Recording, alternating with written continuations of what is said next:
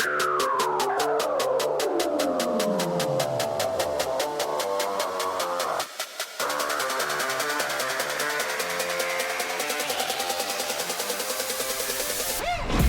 back to Moments in Leadership, or welcome if this is your first time. I'm the host, Dave Armstrong, and I've got three things I kind of want to jump on real quick before I get going into this week's interview with Major Tom Schueman. First is, I had an opportunity to go out to 29 Palms the other week, towards the end of July, and observe the Reserve ITX, the ITX 4-22, and got to go out there with some other folks.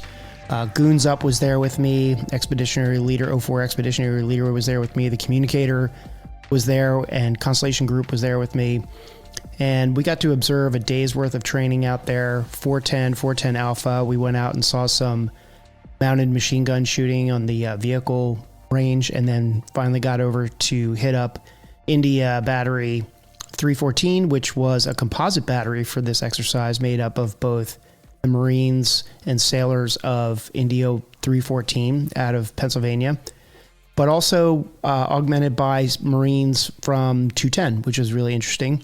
Got to get out there and pull the lanyard and see how artillery was doing. It was a lot of fun. Really enjoyed that. But I'll tell you, if you're active duty and you're thinking about getting out and you're not considering the reserves, I think you're making a serious mistake, if not at least an oversight, and not educating yourself more on what's available out there with a direct affiliation with a Marine Corps Reserve unit in whatever town you're going to ultimately end up in, after active duty. So please take the time to check that out.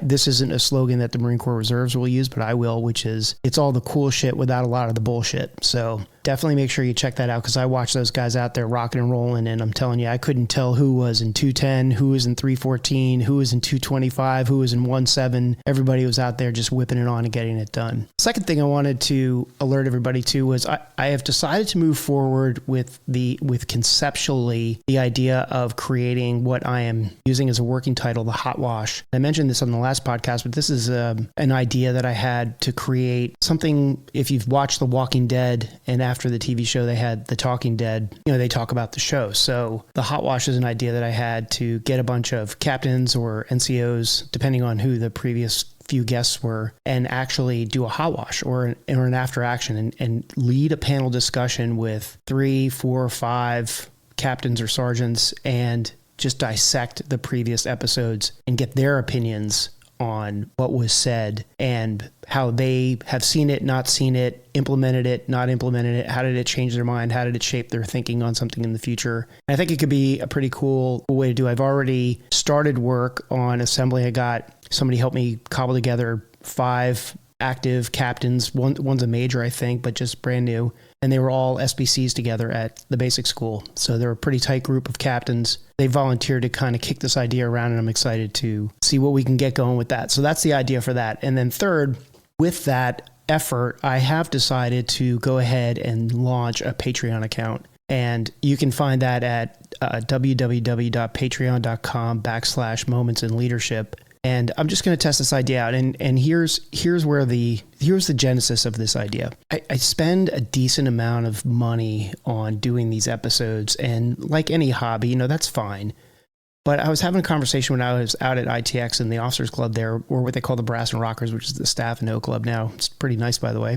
And somebody said, if your podcast went away tomorrow and it was because he just ran out of financial resources to do it, and I knew that if I had chipped in a couple of bucks, the equivalent of the beer that I just bought you every single month, and that would have kept it alive, I would have done it. And I just got to thinking that maybe there are some people out there that do want to contribute or whatever, still listen.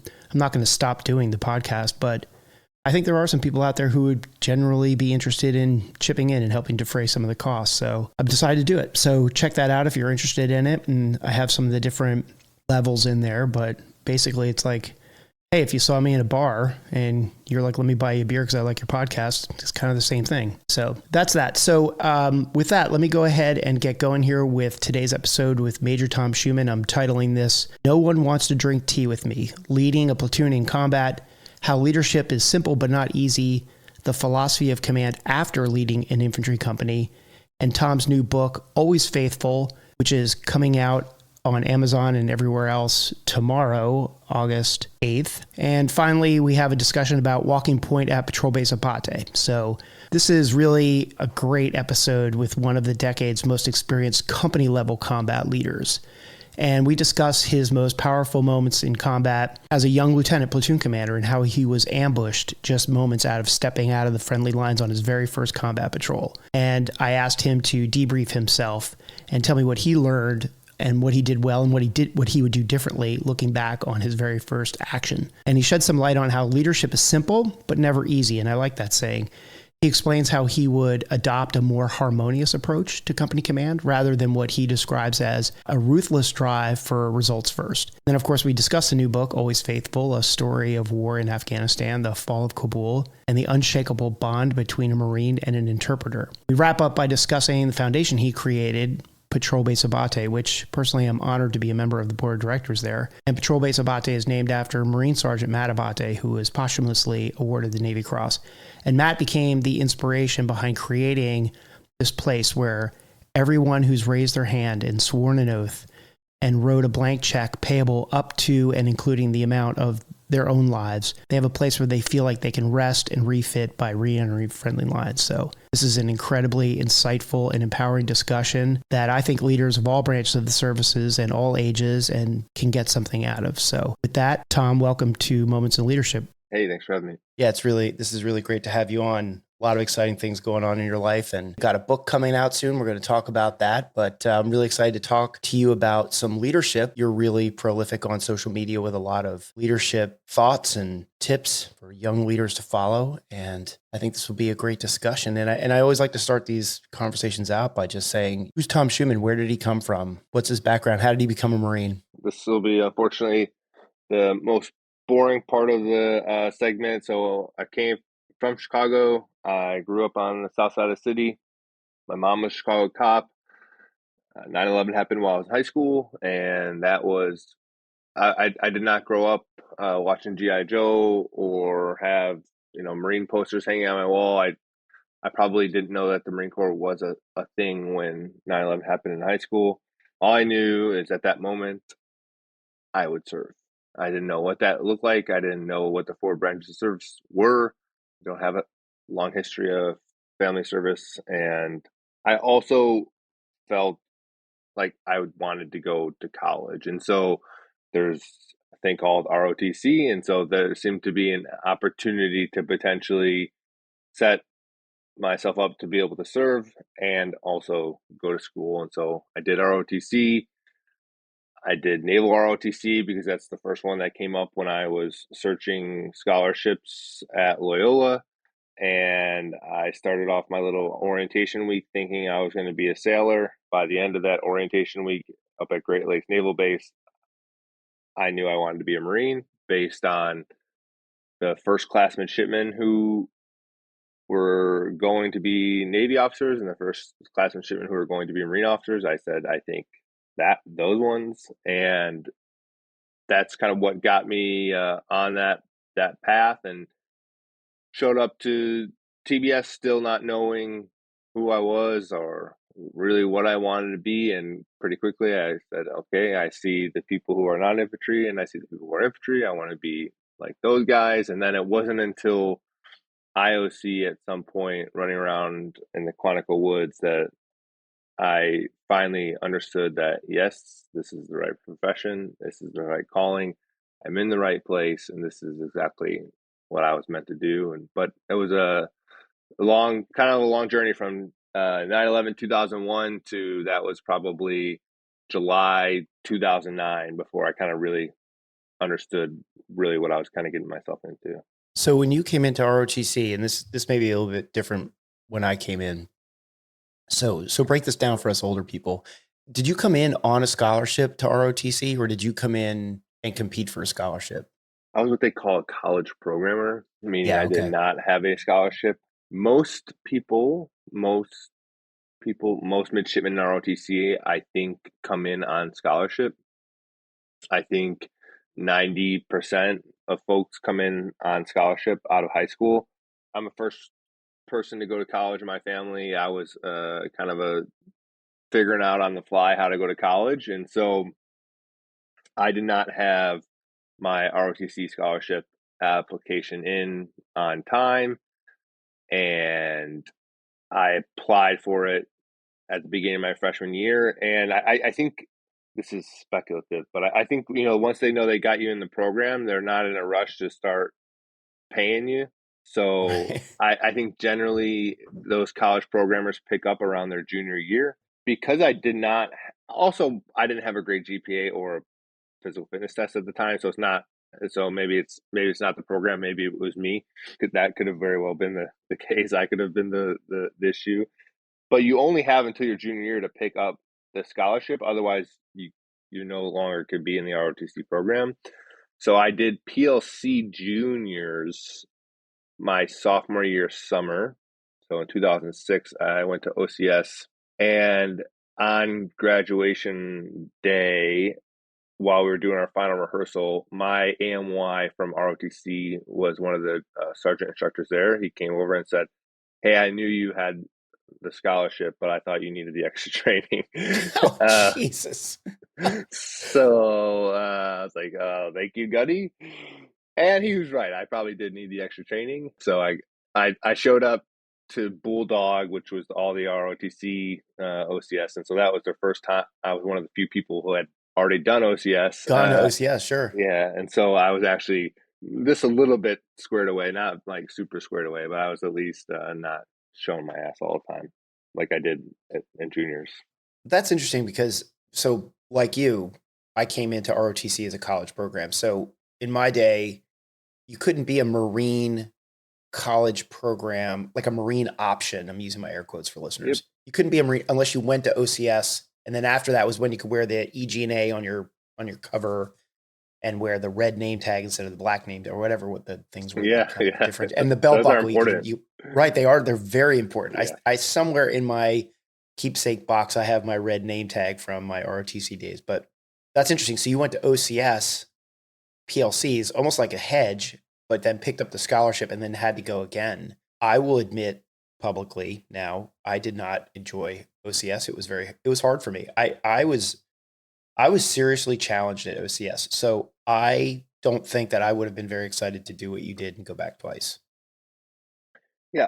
I think OCS is not hard in that you just yell out and run fast, but it requires some organization. It requires people to be squared away, to be able to make a rack well, to be able to, keep their uniform nice. These are kind of things that I've never naturally been good at. There are some people who are better at those types of tasks.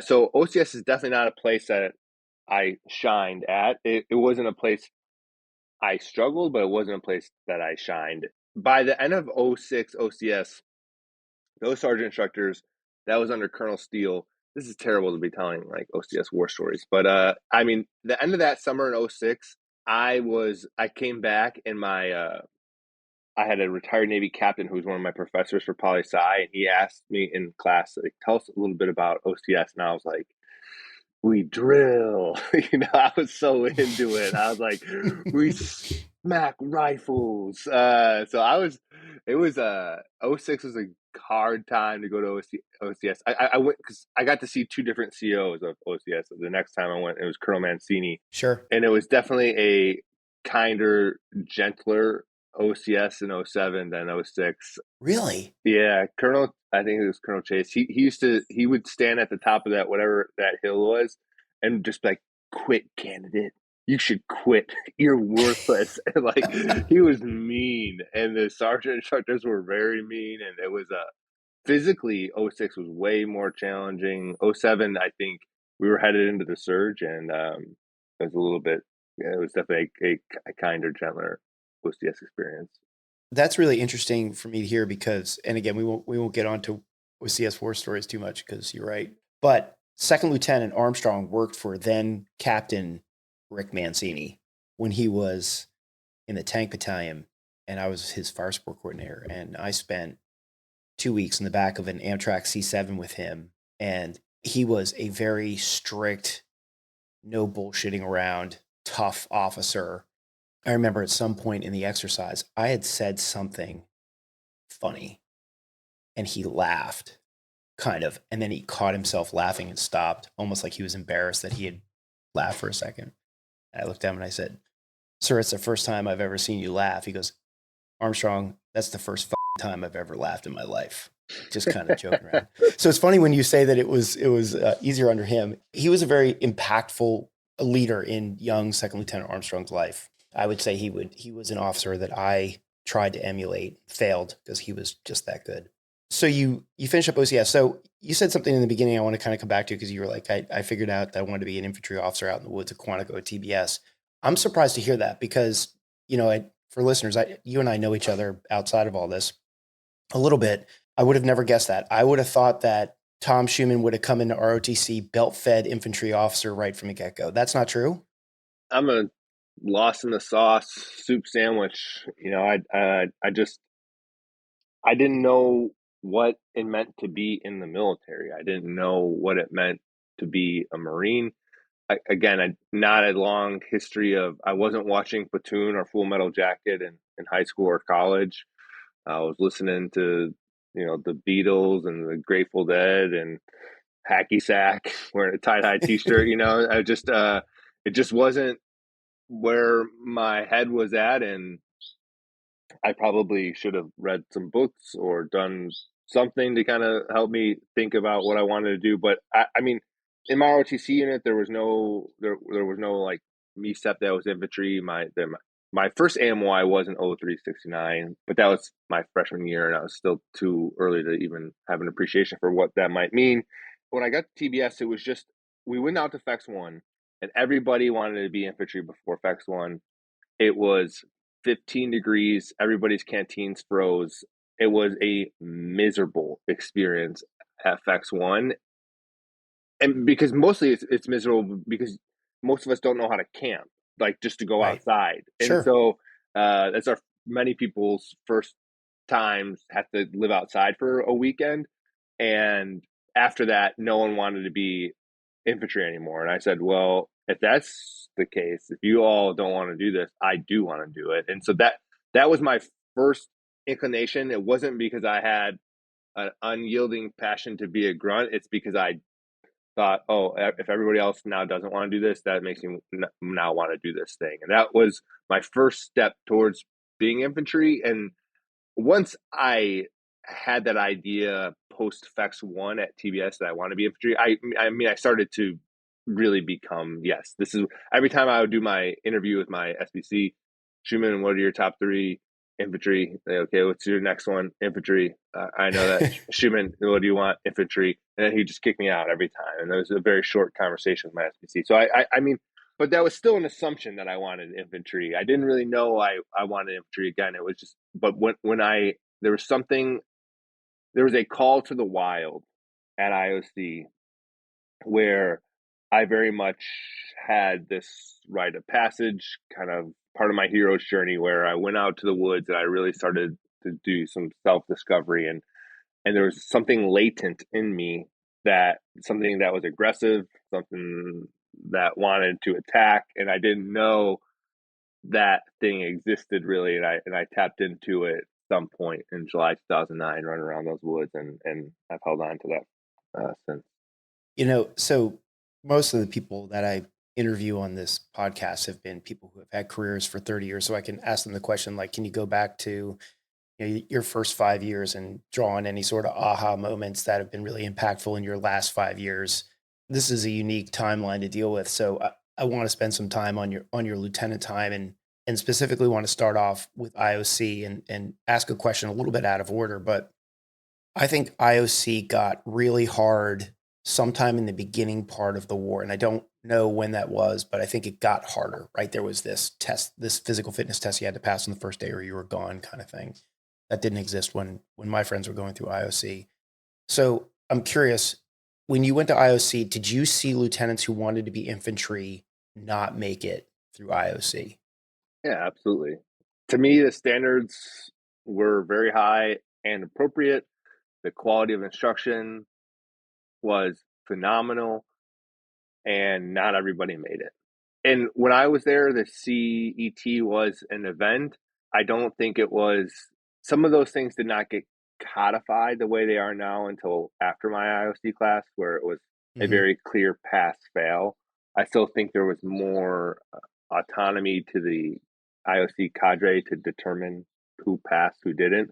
Whereas now, much of that stuff is very black and white. But absolutely, we had several drops in my IOC class. Guys who were fit, strong, but just did not hack it. That's really what I want to get to in the question was there a common trait, or even if there weren't common traits, what were those traits that you witnessed that caused people to fail? Because these are Marine officers who have been through a screening test at OCS, right? That's because that's not really a training evolution. That's a screening and selection process, however you want to talk about it. TBS is a defining informative time. It's 6 months long. So there is some evaluation being done there. And like you said, the SPCs they're granting that MOS essentially. So they're looking at the infantry officers and saying this person could be a good infantry officer or not. And then they get to IOC and they don't make it. Is there a characteristic that you saw? Are there traits that you could pass on to leaders who are listening to this as an example of, hey, here were some of the failure points? It was very much command presence, decisiveness, ability to deliver an order, ability. So it was during those evaluated. It's just like everything else. You get 1 or 2 days where you're the platoon commander, Mm-hmm. and if you could not get on the train model and say, all right, orientation, here's where we're at, and if you couldn't project that confidence that I want to follow this guy, at the end of it, you had everybody saying, is this somebody you want to follow? Are you ready Right. to follow this guy into an attack? And if the answer came back in the negative, I think that meant you weren't going to be an infantry officer. Yeah, but that wasn't sussed out at TBS. Obviously, it wasn't. No, I don't think the TBS vetting system is perfect. I think plenty Yeah, of people end up at IOC that maybe shouldn't have been, but it's a pretty good system at TBS. yeah. But like anything, it's not a perfect system. Okay, so I'll ask the question a little bit differently. Were there any wow moments where somebody didn't make it through IOC and you're like, whoa, I never saw him not making it? Or were there moments where you saw like, yeah, I always had my doubts about that person? No names, just generalities. I think generally IOC in July of 2009, it separated the people who should not have been infantry officers and kept, for the most part. I think there's still probably 2 or 3 guys who got through that we all kind of thought, mm, not guys we would have necessarily wanted to fight alongside. But ultimately, I think IOC it's a phenomenal school, and it's a top 10 period of my life. Those 3 months were some of the most fun, formative 3 months of my life. I look back on it very fondly. I was having fun the whole time I was at IOC because you're doing those sucky things, but you're doing them with your friends. Yeah, And those friends that I made at IOC are lifelong friends. I don't want to do IOC in my 36-year-old body, but if I could be in my 22-year-old body again, I would love to do IOC again. It was just, you're getting paid every day to shoot machine guns, shoot yeah. rockets. I mean, you're getting paid to drop mortars. It's an awesome opportunity, and just such a great school, and I could gush about IOC all day. And it turns out, I mean, all that's nice, but what IOC does is you report to the fleet proficient in your MOS. You Yeah. report to the fleet ready to lead infantry Marines, and so that's really what's important about IOC is it gives you that mental and physical toughness, but it gives you the proficiency and competency. Now, of course, like anything, there's still lots to learn from your NCOs. There's still you're a lifelong learner. There's still to be a student of your profession. All those things apply, but on the first day that you report in as an infantry platoon commander, you have the prerequisite knowledge, competency, and proficiency to lead infantry Marines. And that Yeah. IOC absolutely equips you with. And that's really what I think an MOS school should be doing. You're right about that. And people have commented on past episodes of the podcast, specifically my most recent interview with Major General Dale Alford, who instruction falls underneath him in his billet. We talked about the product that's coming out of IOC and how IOC is run by captains and doing some of the most dangerous and well, I'll say death defying, but it's probably not, but dangerous, risky training that the entire United States Marine Corps does. They do it safely, and they do a great job of creating, I'll use a civilian word, a product, the second lieutenant, the infantry second lieutenant. But then Sergeant Major Dan Reynolds made the same point as a sergeant major, that the product coming out of IOC and TBS is a solid product. But then there is that eventual day that you check in. And to set the stage for me to ask you that question, let me just rewind a little bit. And I want to know when you find out what unit you're going to, and did you even know when you heard 3-5? Were you like, that's where I want to go? Or you're like, okay, great, that's on the West Coast. It's good enough for me. What was your reaction to that? And then I want to use that as a segue into, now it's Second Lieutenant Schueman's very first day in front of his platoon, and I want to dig in for like a good 15 minutes on that first day, or maybe the first month. Sure. I actually think, courtesy of Facebook memories, these things kind of come up because I was Yeah. at IOC in July. And so, 13 or 14, I think it was 13 years ago, my Facebook memory came up and said, Tom is praying for California. And then it said, like, thank God, Camp Pendleton, highly motivated, get some. It's like the Yeah. most boot post you could ever. Exactly. I'm so glad that social media was so limited back then, because I would definitely have embarrassed myself with some really boot Some stuff. cringy old posts. Yeah. No, I just knew that I'm not a swamp guy. I didn't, I grew up in Chicago. I'm not woods guy. And so I just knew that I wanted to go to Camp Pendleton, and that's all I knew. And I didn't know what unit I wanted to go to Camp Pendleton. I just knew I wanted to go to Camp Pendleton. And so 9 of us got orders to 3-5, and a couple got orders, I think, to 1-4. And so there was only 12 lieutenants from 100 that got Camp Pendleton, that IOC class. And Oh wow, there's 100 students in the IOC class. yeah, Was that big or is that normal? I I think it guess was it's normal. normal. Yeah, yeah. So I think it's like 50 from Alpha Company, and it was like 50 from Bravo. Okay. And so we had 2 TBS classes. And so no, I was so stoked. And then I looked up 3-5 and saw I had some badass history, and yeah, of course that was exciting. I just knew I was going to Camp Pendleton, and I was very, very excited about that.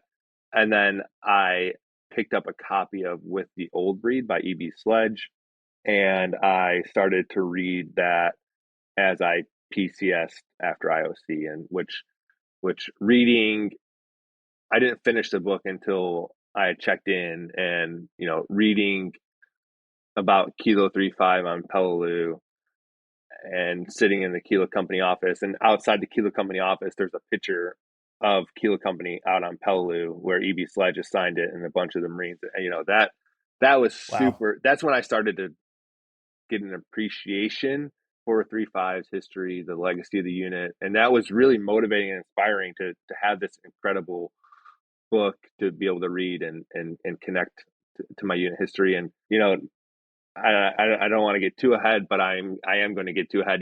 I'm walking around the CP within the last week as I check in the 3-5.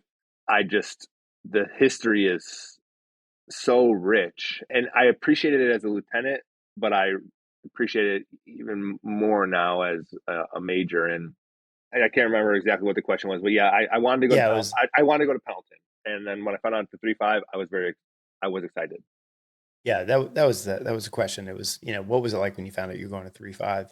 I've mentioned this to you before. I won't belabor the point, but I've got family that served in 3-5 in Vietnam, so I've always had that special place in my heart for 3-5, just because I knew the stories that my uncle told me from his time in Vietnam. But so now you're second lieutenant Schumann, right? You got your alphas on. What, you've got your National Defense Medal, right? And you're shooting badges, and you're showing up. So you got assigned to the actual battalion, right? It's not like you checked into regiment and they assigned you down to a battalion. You knew which battalion you were going to. 9 of us Oh, were reported in a 3-5. okay. So did all 9 of you walk into the XO's office on the same day at the same time, or did you go in by yourself? And what was that day like? I think all 9 of us. I mean, I don't think all 9 of us essentially checked in collectively on a specific day, and so I don't remember checking in with the XO. I remember being in the battalion conference room with the sergeant major and now General Morris, and at the time Lieutenant Colonel Morris. Lieutenant Colonel Morris gave us his intent. Sergeant Major gave us a scowl, and Sergeant Major Bushway, and he still is the all-time standard of sergeant majors, in my opinion. Sergeant Major Bushway, he was terrifying. I'm still scared of him. Is he And still in? he retired, I think, several years ago, like Okay. probably 2014. I linked back up with him at School of Infantry, but he was just the hardest, meanest man. And I'll tell maybe a story or two about him because he really did set the standard for all sergeant majors to follow. And basically, Colonel Morris was just like, gave us his intent and then said, you three are going to Kilo, you're going to India, you're going to Lima. And I got sent to Kilo with Cam West and Will Donnelly. Rob Kelly went to Lima. Brad Fromm, Joe Patterson went to India. Postma went to Lima. Byler went to Lima. And so, yeah, we just went to our respective companies, checked in with our COs, and went to the field with the SIF and then went out to the field. That's basically Okay. what we did. How were you introduced to your first platoon sergeant, and what was he like, and what was that like, and what was the first, I don't know, 30 minutes of your conversation like with as a brand new second lieutenant with a seasoned, probably combat experienced platoon sergeant? Sure. I wish I had a better kind of story about my first platoon sergeant. It took me three to get to the one that I kept. He was a tiny firecracker guy, very motivated, definitely squared away. My first conversation, I don't necessarily recall of my platoon sergeant. We went out to the field. We observed the company during a PEX, but we didn't get involved with any of the platoons. And then I didn't meet the platoon until they came out of the field. And I don't remember what I said to my platoon or didn't. Hopefully, I'm still good friends with all my squad leaders. I can ask them if I sounded like an idiot or not. I remember distinctly meeting my platoon. I don't remember distinctly what I said, but in terms of my first platoon sergeant, he would yell at the platoon a lot and make them run around a lot. But I felt like he did not, we couldn't talk tactically really in any depth, and there wasn't a whole lot there besides the ability to just always yell at the Marines. And I thought, well, I need more out of a platoon sergeant than just someone who could yell at my Marines. And an IA came up. At that time, there was tons of IAs to Iraq. So an individual augment, isn't that what that stands for, right? Came Yeah, up. I think so. And so he went, when Kilo Company said we need an O369 to go, I said, sir, I think maybe my staff sergeant would be a good fit for that. So that was my first platoon sergeant. My second platoon sergeant, we were at Bridgeport, and we were on the first day going up the mountain. Said, "Oh, I got a tight hamstring," and then never went up the mountain, and left me up on the mountain with Sergeant Humphrey, my first squad leader, stepped up to be my platoon sergeant. But I didn't have a lot of other NCO leadership at that time, and so it was Bridgeport is all about discipline. There's just you need in the winter you need a ton of discipline to do the things right up there. It's a time that you really need a platoon sergeant to help you supervise and lead that platoon. So that sucked not having him. Sergeant Humphrey did great. He and I really bonded through that training exercise. So maybe that was actually a blessing. But when we got back again, they said we need somebody for the advisor team from Kilo Company. And I said, and maybe this is a good lesson on personnel because you can kind of see how like the Marine Corps continually cannibalizes. Yeah. And so I said, okay, here's a guy for this IA team. And then that's when I got Black Jesus, now First Sergeant Tim Henley, Staff Sergeant Henley. He had just been promoted from sergeant, and he is my brother for life. He is a person who I love in a unique way more than any other man. Yeah, I wouldn't be here today without him, and I could spend the next 3 hours just as a love note to Tim Henley. And that's when I finally got my counterpart. Thank God for Staff Sergeant Henley. Yeah, I could talk 3 hours about my first platoon sergeant too, a guy named Ed Garrison. Just I don't know if I would have, well, to the extent that I consider myself having any sort of success in the Marine Corps, I owe a majority of it to him. That first experience, I think, when you really click with your counterpart running a platoon, it's so important. I have a funny feeling, there's no statistics on this, so this is just my opinion, but I'll bet you a lot of good officers' careers were never really formed properly from the beginning just because of fate, by not being matched up with somebody they clicked with or that was helpful to them. I can't imagine being an awesome lieutenant and never having a good staff NCO counterpart. I just don't think that that success equation exists. And that's something that But they don't talk about at TBS or IOC is what happens when you don't get, it's always you're getting drilled like respect your NCOs, respect your staff NCOs, listen to your staff NCOs, and that's all true. mm-hmm. That no one ever says, oh, and maybe you might not have a good one. Here's how you will handle not having a good NCO or staff NCO, which the majority of NCOs and staff NCOs are good. The majority of officers are good, but there are definitely not talented officers. There are definitely not talented staff NCOs that have made it that far. And I ran into the same problem when I took company command. My first sergeant was not it. And what I think many people find surprising about me is as from day one I felt I wasn't arrogant, but I was confident that I knew how to lead a platoon. I knew how to be an infantryman. I knew also I had a ton to learn about leading a platoon and about being an infantryman. But at the same time, I was ready. I knew that this was not it. And to as a second lieutenant to say like this is not it. It was and when I checked in as a company commander, I said this is not it. And it's always my responsibility to initially, and this is interesting, right? Because it's still your responsibility, even as a second lieutenant, to train, mentor, and develop that platoon sergeant, that staff NCO, Right. Yeah. which seems crazy because you are 1 year into a job and he is 10 years into a job.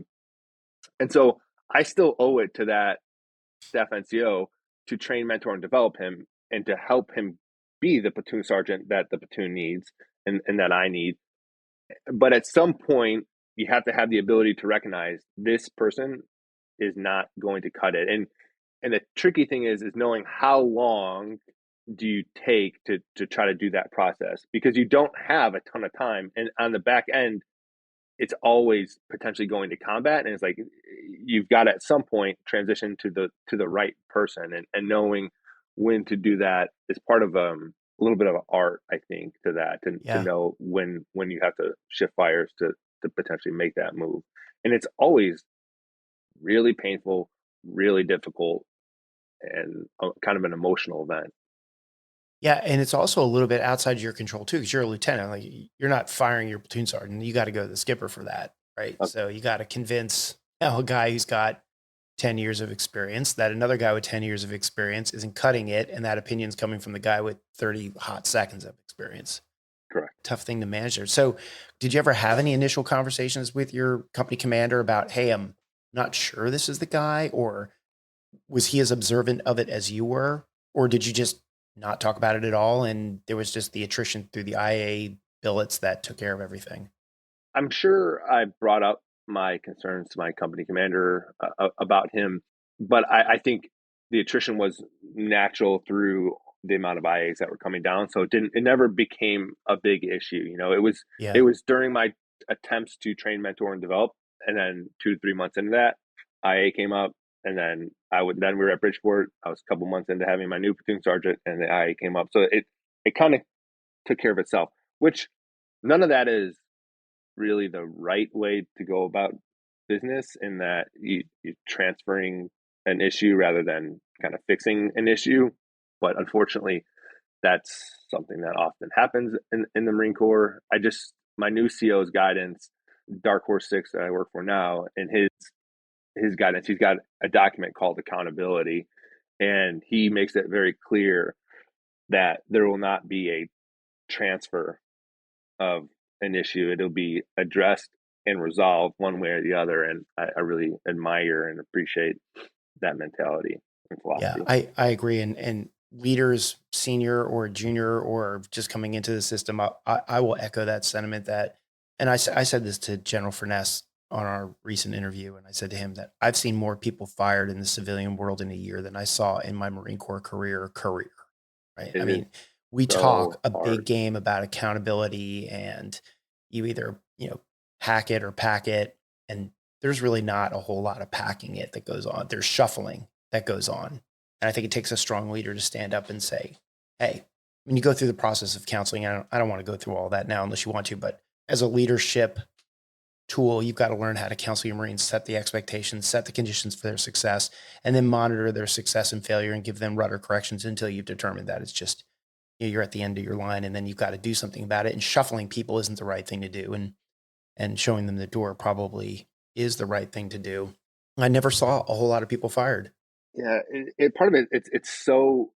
I mean, it's government work, and I think government is. It's at the end of the day, it is still government work, and it's so time intensive.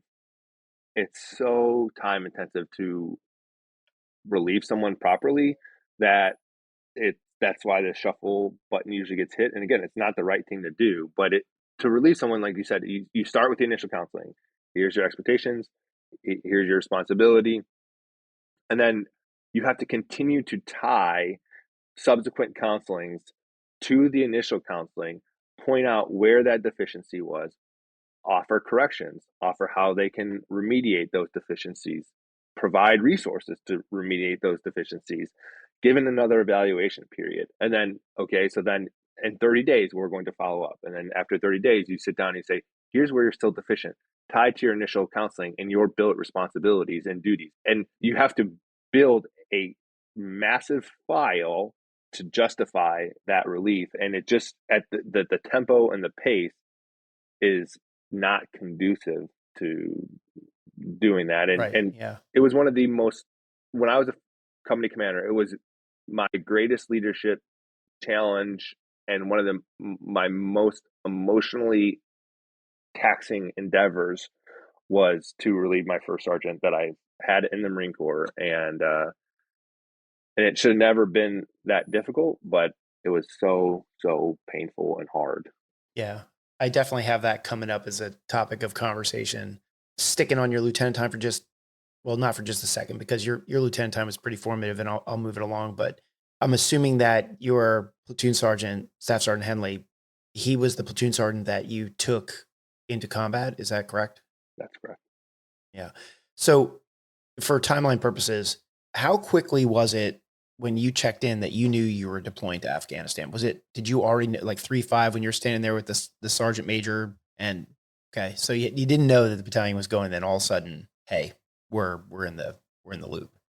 So I checked in September of 2009. We found out at Christmas Liberty Formation that we were going to Afghanistan. And I'll tell you, 3-5 had just got back from a 31st MEU. We were headed to another 31st MEU, and it was a really demoralizing time in the battalion because you had 3-5 in Iraq from '04 to '08 continuously. And so you had all the seniors all had Iraq experience, even though the later deployments weren't that kinetic. And then all these young Marines all joined to go fight in Iraq. And then they show up and they go on the 31st MEU and get treated like not well by the seniors who's, I was in Iraq, you were not. Weren't. Yeah. And then I take the platoon and we're going to Okinawa again. And motivation, morale, and discipline were not high. And I come in, hey, we're getting ready to go to combat. Like, let's focus. And everyone's like, yeah, we heard the same thing from the last lieutenant, and we went to Okinawa. And so there was hazing in my platoon right when I checked in. There was a bunch of hazing. There was a bunch of discipline issues. And those 3 months were really challenging. And NCOs were leaving to other units that were going to Iraq or Afghanistan. So people were finding their way out. It was a super difficult 3 months. But as soon as we found out we're going to Afghanistan, everything changed because it was like, hey, if you want to be on the varsity team, if you want to go to the show, you're either going to get your act together or you're going to stay here on the bench, because we had a force cap and we knew that not everybody was going to be able to come. And so Oh, from that moment forward, not only did I get a better platoon sergeant eventually, and I got some new NCOs and squad leaders, but from that moment forward, that says, hey, you either will get with the program or you're going to get out. That was a godsend and made my life much easier.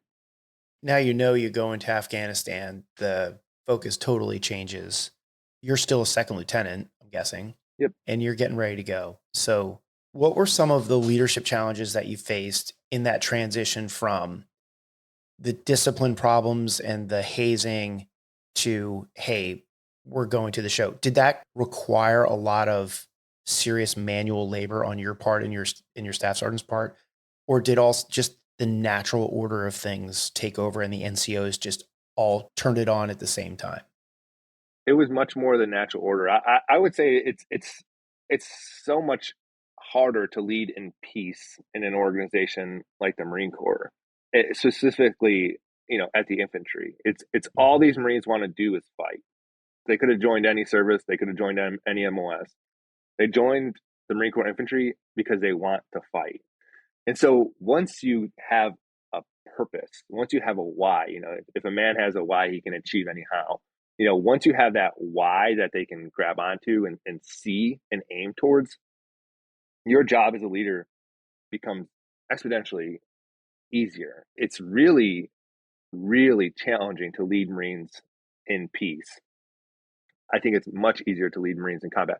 Now, you get your own challenges once you get to combat. There's a whole myriad of Sure. challenges so you have to be very careful what you ask for.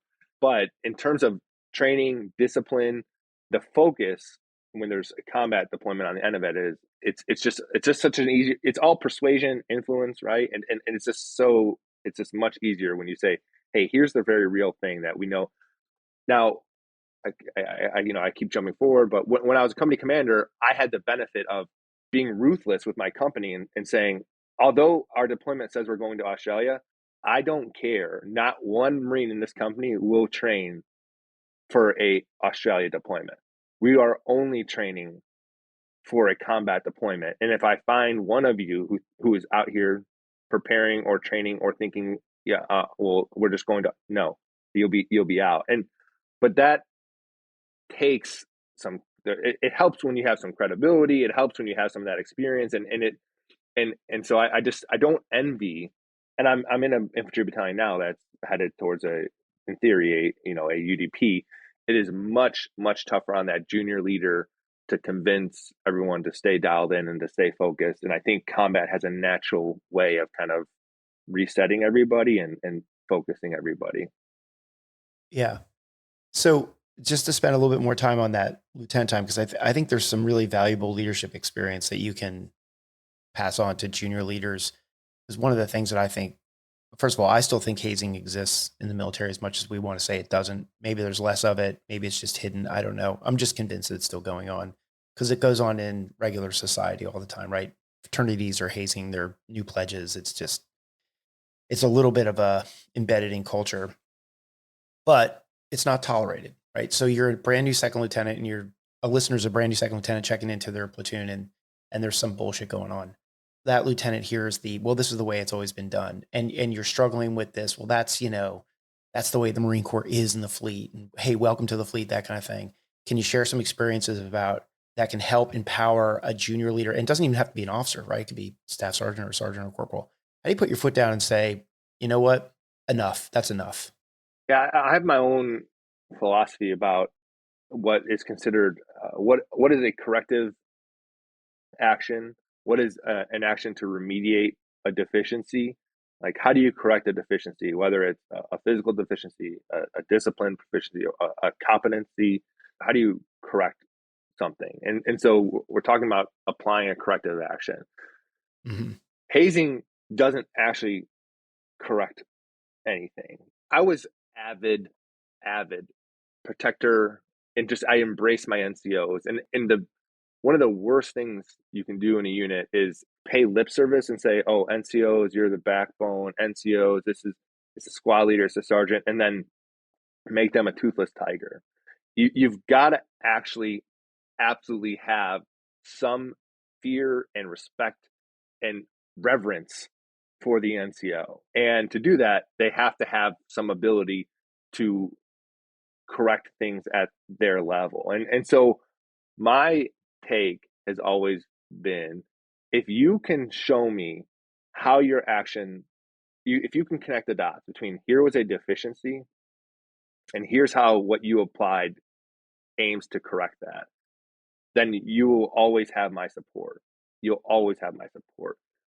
If at any point there's no actual map towards how that's actually improving that Marine, then I can't support you. And moreover, I love my Marines. I love them as my sons. And just like your children, you discipline your children because you love them, right? And so I want you to discipline the junior Marines. I want you to make sure they're doing the right thing because ultimately I of the consequence of our profession and because I love them and I trust you that you are going to take care of them. And sometimes that is tough love and often it's probably tough love, but also because I love them. If I ever find out you're just abusing or degrading them, that's my son that you're abusing and degrading. And so I will be the first person to have your back when you can say, here's the deficiency and here's how I applied a corrective action to it. And it was painful and it wasn't pretty, but I was getting to this thing to correct that. Mm-hmm. You know, I'm not going to sit here from my office and say, oh, well, I no, if you can, I'm going to have your back. But if at any point I find out that you're just abusing or degrading my Marines, I'll be the first person to burn you because no, just like I wouldn't tolerate that with my own kids, I will not tolerate that with my Marines. And so with my NCOs, I just made it very clear in that if there's any indication that you're just degrading or humiliating my Marines for your own ego, because you're an insecure coward, because you think you can, you're done. But also, I trust that you will not be degrading or humiliating them, and I will support you to the end of the earth. Those are some pretty strong words that you use right there, and they resonated with me because I for a second imagined myself on the receiving end of what you were just saying, and I have routinely throughout my time heard people, leaders say, "Hey, hazing won't be tolerated. I won't tolerate it. It's unauthorized, whatever it is," and those words fall empty on a lot of people's ears because they've heard it before. It's like the Liberty Brief, right?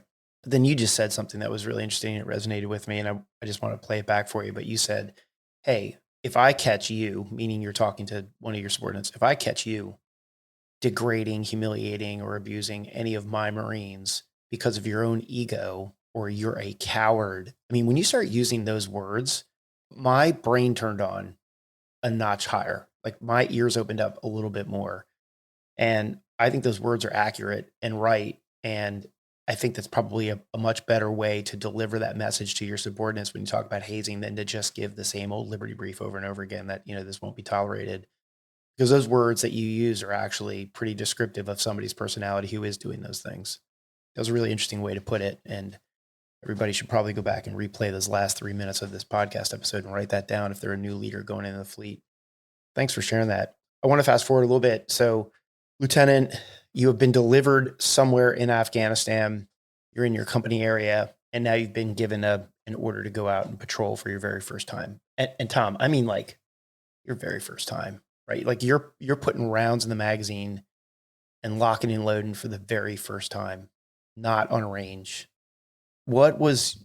I mean, I don't even know how to ask the question, man. What was that like? I was tasked to go. I was the first Kilo First Platoon ran the first operation out of our company AO, and we were tasked within 24 hours of being on the deck to run a 96-hour operation. And one, I was prepared to be violent, so I will say that. But at the same time, we had just come out of IOC was very coin heavy.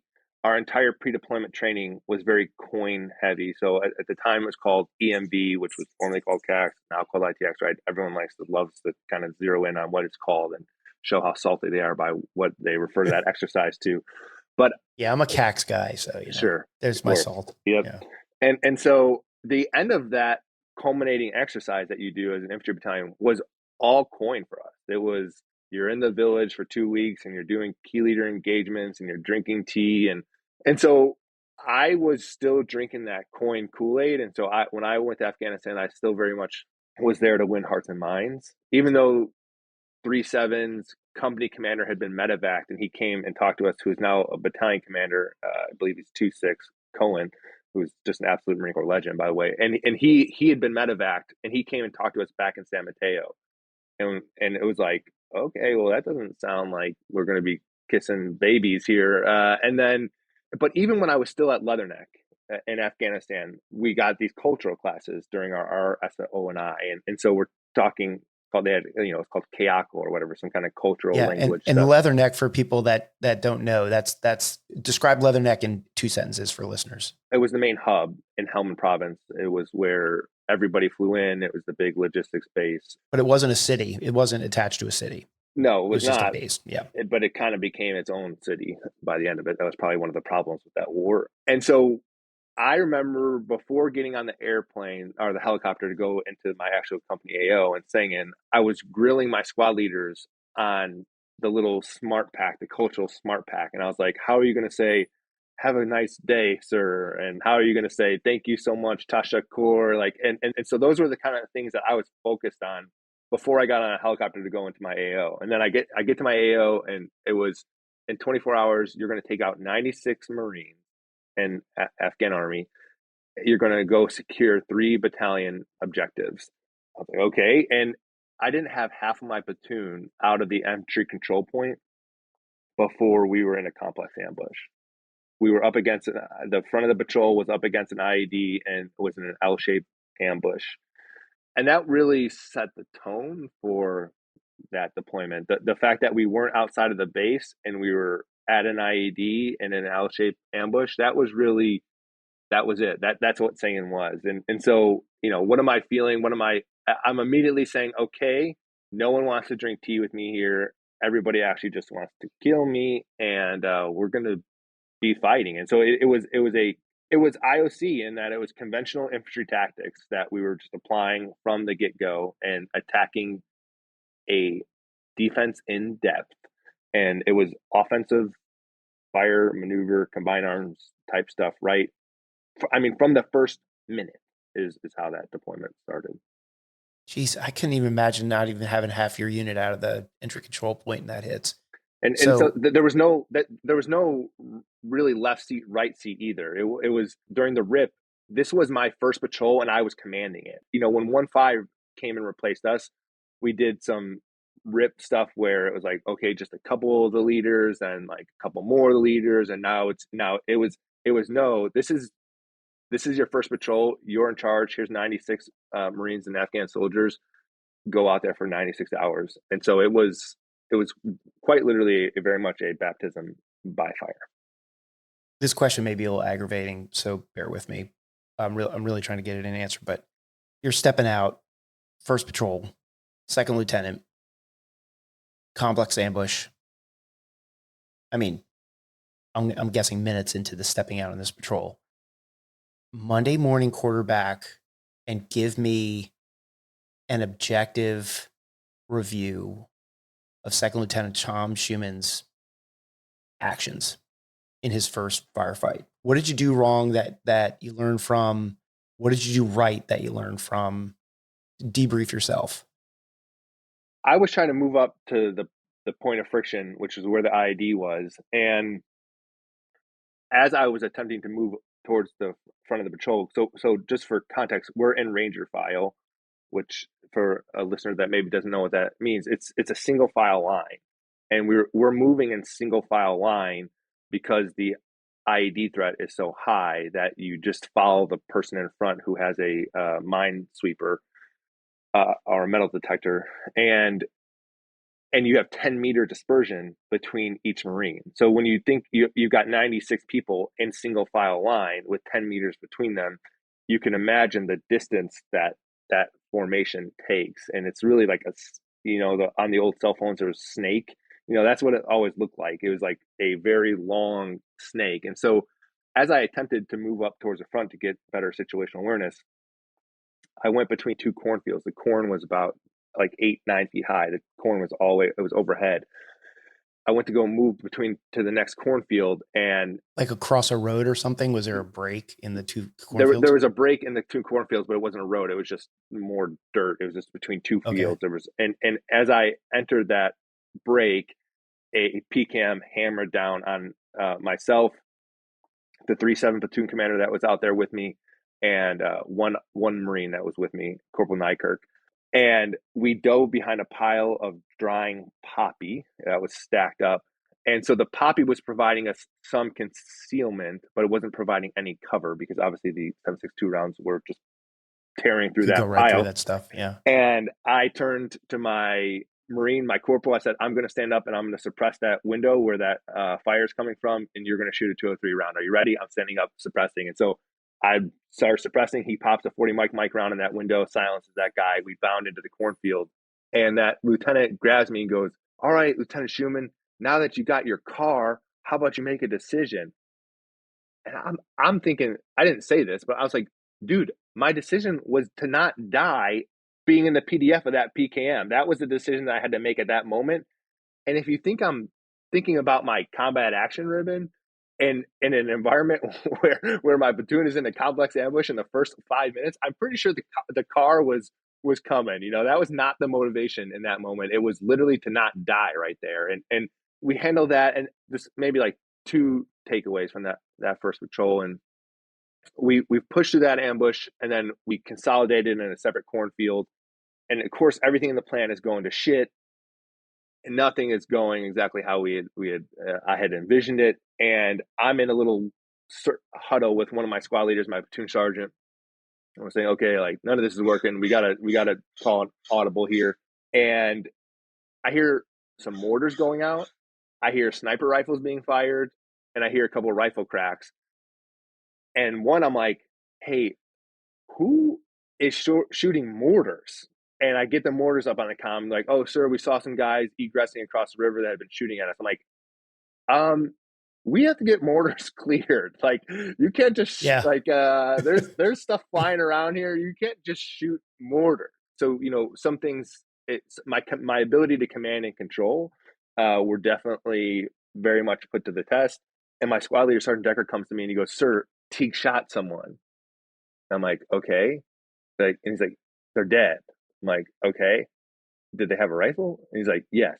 And I'm like, well, that's okay. And so it was a weird moment, like that Mm-hmm. killing people is in fact authorized. And so that was something I won't forget. We went inside a compound, and we're searching this compound because we're looking for a patrol base to stay the night for a couple of nights. And this is where, you know, a lot of this friction is coming. And a grenade came over the wall and landed very close to me. And so you know, when you throw a frag, you always say frag out. But Mm-hmm. when a grenade comes in, you say grenade, so that you know, like, this is bad.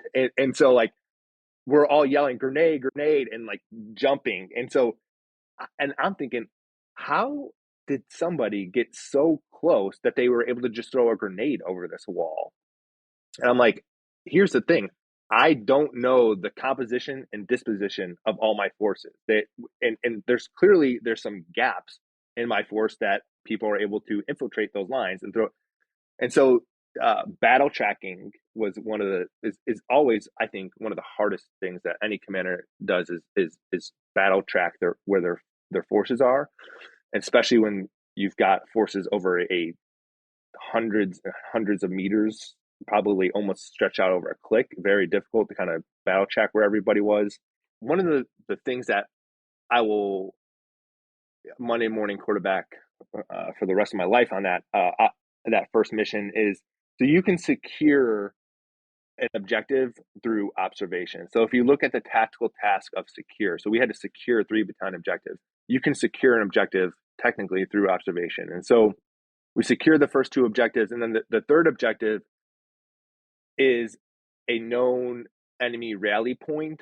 And what 3-7, the unit that we were replacing, had observed is that through ISR is that the Taliban would meet at this one house, arm themselves, and then go out and fight, and then come back to this location. And so what 3-7 had told us is that, hey, everything you touch there's an IED. The walls, the windows, the doorways.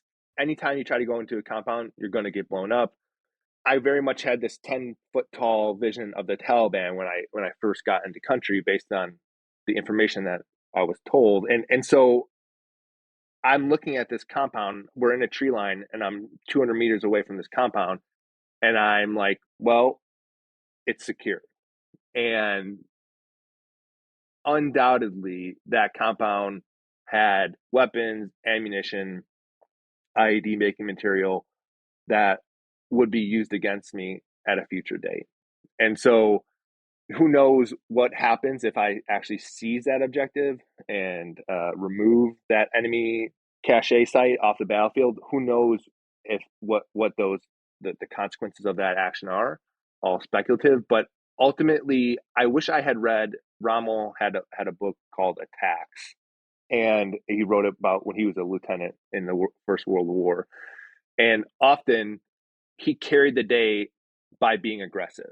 I just started to reread About Face by Hackworth. Ah, such a great book. And he's talking about how he's in Korea and he's a sergeant and he's got some North Koreans or Chinese soldiers and he's out of ammunition and they've got a bunch of guns and he puts up his rifle and he has nothing in it and he tells them and he gives the Chinese command to surrender. And they drop all their weapons and they surrender to a guy without any ammo. And so I was initially not aggressive enough, and I should have been, and I wasn't. Right. Yeah, you made a comment before, and I'm going to punctuate it a little bit with the, hey, it's okay to shoot and kill somebody situation. That happened to me too. I found that to be one of my most memorable experiences. The first time something happened to me when I was in Somalia, same thing. Like, you're just in training, and then all of a sudden it's for real. And Marines kind of like, it takes them a second to get into gear sometimes. I think that's a valuable observation to share with leaders if there's an occasion where they find themselves fighting, which probably will, is to think through, and talk to your Marines about, hey, you've got to switch your head into gear here. I had a very similar situation. Some Marines were caught up on a roof in a raid in Somalia, and they're like, "Sir, they're across the street shooting at us." I was like, "Well, fucking shoot them!" I mean, I remember yelling up at them in the building, just like it was yesterday. Same thing. I think that's an interesting observation to take out of a first experience like that for future leaders to know about. So, kind of moving on from your lieutenant time and transitioning, I know you spent some time as a JTAC in First Recon. Was that before your company command? Correct. That was about a year after being in Sing, and I was back in Afghanistan as a JTAC and then as an advisor. What were some of your aha moments from your JTAC time with First Recon relative to some of your aha moments from your lieutenant time? Because I'm assuming they were completely different scenarios and situations, but still in a very similar kinetic environment. It was definitely similarly kinetic. I was supporting units in an area called Cheknawa, and Cheknawa, the firefights were very reminiscent of what we were experiencing in Sangin, but there was the IED threat wasn't as high, so it was nice to be able to move around a little bit more without constantly feeling like you were going to get blown up. The IED threat was still very real in Cheknawa. It just wasn't as high as it was in Sangin. For me, the biggest mindset is that you're an enabler, you aren't the commander. In some capacities, that's unique because most JTACs probably are typically enablers throughout most of their career. And so when I would find myself in a firefight, naturally I would want to default to my commander role and say, hey, here's what I wish you'd attack this. And it's like, that's not what you're here to do. You are here to provide fire support for these folks and so I am really just fighting a radio, connecting with an aircraft, providing fires where I can. And so there was one time that I was with Weapons 1-1 and the squad was in a really bad situation. We were pinned down in the open, and I think this was probably one of their first firefights. And there was a lot of dialogue between the squad leader and the platoon sergeant with that element that I was with. And it was just like, hey, we're in a bad spot. And it's like, we are in a bad spot. This is not a good spot. I agree. And like the rounds are like getting more and more effective and closer. And there was no air on station at the time, and I was working to get some air on station. But finally, I was like, okay, we can't stay here any longer. I said, hey, here's what we're going to do. This element is a support by fire. This element, we're going to be the maneuver element. When I tell you to start firing, fire on those windows. When I tell you to move, you're going to follow me and we're going to move on that compound. Is everyone tracking? Okay, start firing. Let's move. And so that was, but that was the anomaly. It was most of the time it was me to the commander. How can I support you? Or just having the initiative to say, like, here's how I am currently actively supporting your scheme maneuver. And so just a little bit of a reorientation of roles, responsibilities, which is tough for a grunt to sit back, but also still very rewarding to be able to help people out through bad situations, tough situations. You were still a lieutenant at the time? For like the first 2 months of that deployment, I was lieutenant, but I pinned on captain in Afghanistan. Okay, so that was basically your B billet. I'm using my air quotes, right? Okay. Sure. That was my B billet. So you stayed in the fleet, B billet time, essentially stayed in the fleet the whole time. Correct. And I just know that, 6 months in Sangin with 3.5, Bing West wrote a book about your company. And I don't mean to minimize any of the experiences that you had there, because I think we could probably talk about 6 hours worth of information on leadership.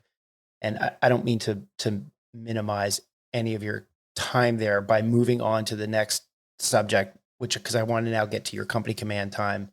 So before we shift there, is there anything from your lieutenant time that kind of want to conclude with there for listeners who are listening to this from the standpoint of, like, they want to hear what you have to say in order to make themselves better leaders? And I use this joke with when I just finished up an interview with Sergeant Major Marine Corps, Sergeant Major Black. And I said, hey, every time a lieutenant asks you a question, it doesn't matter what the question is. I'm telling you what they're asking you, which is, what can you tell me that will keep me from f***ing up when I check into my unit? Something from that sort of context. Sure. And I got that question a lot because I just came from the Naval Academy. Mm-hmm. And then I think probably a lot of my followers are junior officers or current midshipmen or an ROTC. And NCOs too. Yep. Many people want to know, what's the hack? Right. What's the secret? What's the magic spell? And there isn't one. But it's, leadership is simple but not easy. To me, it's 3 things. You have to first be good at your job, and competency matters. And you can be a great person and you can really care about your troops. But if you just aren't competent, meaning technically and tactically proficient, then you can't be a Marine leader. You have to be proficient. To me, I can really like you as a person, but I can't follow you unless you are proficient or competent, because you're going to get me killed. Next is character. If you are not a man or woman of integrity, if your actions don't match your deeds, then you're not someone who I can trust. And then finally, it's just caring. And caring is a big one, multifaceted. And I care about you. And because I care about you, I'm going to train you hard. And because I care about you, I'm going to administratively make sure that you're promotable. I'm going to write you good initial counselings. I'm going to provide you corrective action when I need to. Caring is every Marine officer ever has always said they care about their troops. Not every Marine officer has done the things that actually take care of your troops. And so there's an administrative element of caring about your Marines, and then there's the tactical element about caring about your Marines, and there's just a overall kind of personal empathy and part about caring about your Marines. And so to take care of your Marines, first and foremost, means to provide them hard, realistic training and prepare them for combat. And as a lieutenant, I think that's what I conflated as caring about your Marines. Over time, I gained maturity and understood that there's more to caring about your Marines than just providing them hard, realistic training. That getting Marines promoted, getting Marines awards, all that is actually caring about your Marines. And so I think it comes down to competency, character, and caring. And at face level, all of those things are pretty basic. They're all very challenging in their own ways to apply. And also, while we want to, of course, have a respect for NCOs and staff NCOs. What happens, I think, at TBS is you get so inundated with listen to your NCOs. We emphasize humility so much, which we should, but you have to come in and from the first day, you own that unit. You're responsible for everything that unit does and fails to do. And so no one else is the commander of that unit. You're the commander. And so you have to act like a commander from the first day. There's not OJT. It's not, well, let me just get my feet wet. Well, it's no, you're checked in. This is your platoon. That's it. You're the guy or gal in charge. And so act like the guy or gal in charge from the first minute, which that's significant to be immediately issued 35 lives, 40 lives, and all the gear and equipment associated. That's a significant responsibility to accept on your first minute on the job, but we are in a unique profession. And so own it and command it from the very first moment, while of course maintaining humility. Right. It's interesting because we talk about our leadership traits and principles, and those are all really great academic. JJ did tied buckle, memory, mnemonic kind of thing. Every single one of those words is really important, but just knowing those words doesn't really teach you how to do those three things: be competent, be of good character, and care for your Marines. And I reflect back to something when I was talking to Sergeant Major Dan Reynolds. We were talking about lieutenant staff NCO relationship at the platoon level. And he uses this vignette about the lieutenant who comes in and really doesn't know what to do. So he says, okay, I'm going to take the platoon on a 6-mile run at a 6:30 pace kind of thing. And I'm going to show everybody how tough I am. And I get where that comes from. And maybe 23-year-old Dave Armstrong, well, I wasn't running 6:30 minute miles, but probably had the same sort of thing. Like, because I'm so new, I have to show them that I'm good at something. And so much about the Marine Corps is built around your physical fitness that I'm going to start off by showing them that, I'm hard as nails, and they go out and they do something like that. I think if I was going to do it all over again, that I would focus on those three words that you just used and come in and show my new unit that I was competent, that I was good character, and I cared about them. And I would focus on those things to assert the fact that I was in command. Like you said, like, it's your unit, be in command of it. I think if you focus on those three words, you're probably heading down the right path on your first day of assuming command, and it's assuming command of any size tactical unit. And this idea of the staff NCO platoon commander relationship, it's something that there's a lot of discourse on. It's worth having that discourse. It's just a relationship. It's a relationship, right? Like every other relationship, and it requires the same things that all relationships require: communication, trust, and so it's not some ethereal thing. It's just, how do you maintain relationships with people that you care about in any facet of life? And so that's, relationships, you got to be vulnerable, you got to be honest, you got to be authentic, and so that's the platoon commander, platoon sergeant relationship. And so I think we overcomplicate it and try to make it more nuanced than it is. It's just, you be a good dude or you be a good lady. And that's how relationships form and blossom and thrive. Right. And when you aren't those things, that's when relationships suffer. And so we don't have to overcomplicate that platoon commander, platoon sergeant relationship. It's like, how do you maintain any of your relationships that are healthy? That's what you should do with that relationship. To your point about the lieutenant that checks in and takes his platoon on that run, I think that vignette, I hope is kind of an antiquated one, because that vignette is so often used that hopefully most officers have picked up that that's probably not the way. But it's so tough to establish credibility as a second lieutenant. And you have everything kind of, many things going against you, and biases and assumptions about you. And so, you may be tempted to demonstrate some level of competency or something through a tough run like that. But you do have to find ways to establish some credibility with the platoon. Doing that through a really fast run is not the way, not advisable as one way to do it. But you'll find small opportunities to establish that credibility. And that's things like you're the first one up in the morning, you're already dressed, shaved, ready to go when you're in the field and got your kit on, and the Marines are like, and when did, like, the sir was like the last one patrolling the line last night, checking on all the positions, and now like he's already, at the CP ready to facilitate this first patrol. And so there are small ways where you can kind of demonstrate that hardness to gain some of that credibility, but I would not advise that traditional kind of vignette way of I'm going to go on a run. But that's where we come back to that leadership is hard, in that establishing that credibility that you are competent is really tough for the brand new officer.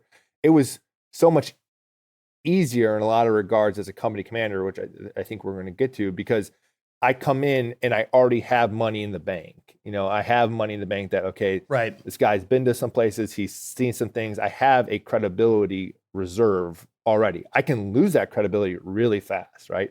I could fall out of a hike. I can not know how to do fire support. There are any number of ways that I can immediately deplete that credibility, but I'm already starting with a little money in the bank. Whereas as a lieutenant, it's very, very skeptical, and you've got to demonstrate that early and often.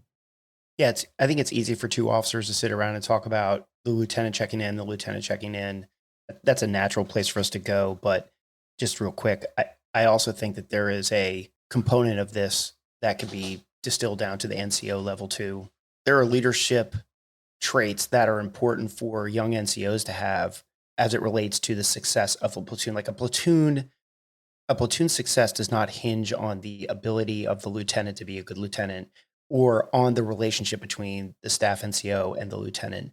There's a lot of other leadership moving parts in there. And I'll tell you that every single officer I ever saw not do well as a lieutenant, I could trace back to some sort of other leadership failures at the NCO level. And maybe as we move on to your company command time, you just kind of finish up with any observations for the young leaders who are listening to this that are corporals and sergeants. I think the same thing applies, and I get this. I get that. Yeah, I do corporal. too. Yeah, I get that DM all the time from the corporal who's checking in from security forces or checking back into the fleet from a B billet. I'm going to be the new NCO. I'm going to be the new squad leader, new team leader. What do I need to do? And the same rules apply. Be good at your job. Being good at your job goes a long way, and so be technically and tactically proficient. If you're a new NCO and even like the lateral transfer, so non-infantry Marines will go to SOI as corporals and then kind of check back into the fleet as I feel like insecure about it. It's, well, you got to demonstrate proficiency, and when you demonstrate proficiency, you build trust, and people are more apt to follow you. And once you demonstrate proficiency, it's like, okay, well, how are you as a person? How do you care about me? But that proficiency and competency is an impediment, obstacle, and roadblock to developing anything else with anybody. And so if you've got that part, then hopefully your character is good, and hopefully you care about the troops. But to be a leader worth following, you got to be first and foremost proficient. Yeah, and set the conditions for everybody's success is the sign of a good leader. Just like a good company commander sets the conditions for success for his battalion commander to be successful by doing his job. I'll conclude the conversation about the NCO to say, I think something that's way harder than being a lieutenant first day on the job is being a corporal his first day on the job after he just got promoted. To me, I think that's probably the biggest. I think that would be the hardest leadership adjustment to make of any of the leadership ranks that we have. Getting promoted from Lance Corporal to Corporal, I just think that's hard. And my hat's off to the ones who are really, really successful at doing it. Such an important rank, but it's also very hard because just one day you're different. Well, yeah. What makes it hard is that they're not your peers anymore. And so right, you've got those personal relationships already established and those friendships already established. And it's like, you can still maintain those to whatever extent, but it is peer leadership is always the hardest leadership, and making sure that everybody recognizes we are no longer peers. I am now a corporal, not a lance corporal. That is a very difficult transition to establish. And for some of the troops who may not be mature enough, they might say like, "Well, why are you acting like this? You're just my boy," and not. And so those are real challenges that I think the newly promoted corporal has to navigate. Is is that, yeah, you're now an NCO and you got to act like one. Yeah. So time machine forward. Now you're a captain. Just for some context, as we get into your command time as a company commander, did you go to EWS or a school? And then did you, when you checked into 3-4, did you serve on a staff billet before you picked up your company? After I went to recon, I went to the School of Infantry, and I was there for 3 years, which was one of the most rewarding billets of my career for sure, because it's just tons of sergeants. There's so many sergeants at SOI, and it's just great to be around sergeants all the time. And I did blended seminar EWS, which was something kind of new. Okay.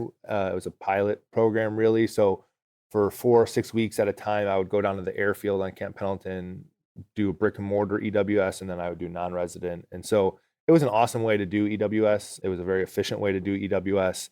I did what's called the blended seminar EWS. And Okay. I checked in, 3-4 had been deactivated. So when I checked in, there was only H&S company. There was no line companies. Okay. And so they had just reactivated 3-4, which reactivating a battalion in and of itself has significant challenges.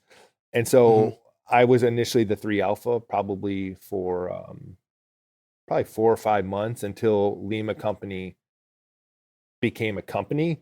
And then once we reconstituted Lima Company, I had 2 second lieutenants, 2 security force NCOs, and 96 privates from SOI. That was what I had starting off as a company commander.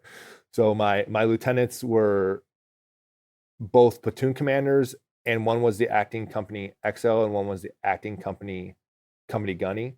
And then my security force NCOs were the platoon sergeants, and it was a hot mess. It was very tough. Those early days were very painful, standing up Lucky Lima. My lieutenants turned out to be great platoon commanders. They were not great XOs and company gunnies. It was really ugly there. It was an ugly baby, a very ugly baby for a little bit, but we eventually got to where we needed to be. But I know from experience that when you reconstitute a unit, I went through that too at a battery level where they just created a battery out of nowhere. It's more than just assembling a bunch of people. It's gear, it's barracks, it's desks, it's where is your space, where are your Marines living, where are the Humvees, where are the weapons? That's all. That stuff's got to all come from somewhere. And when stuff comes from somewhere, it's never the good stuff. Yeah, it's hard. That is an insight of someone who has reactivated right, a unit. Knows, yeah. Oh yeah, there is the whole signing the CMR, and every unit is told, hey, don't give up your shit. But we all know what happens, and yeah, that's a difficult place to be a leader when you're trying to reconstitute a unit from a gear perspective as well. But so you came in company command. I want to start off by asking the question.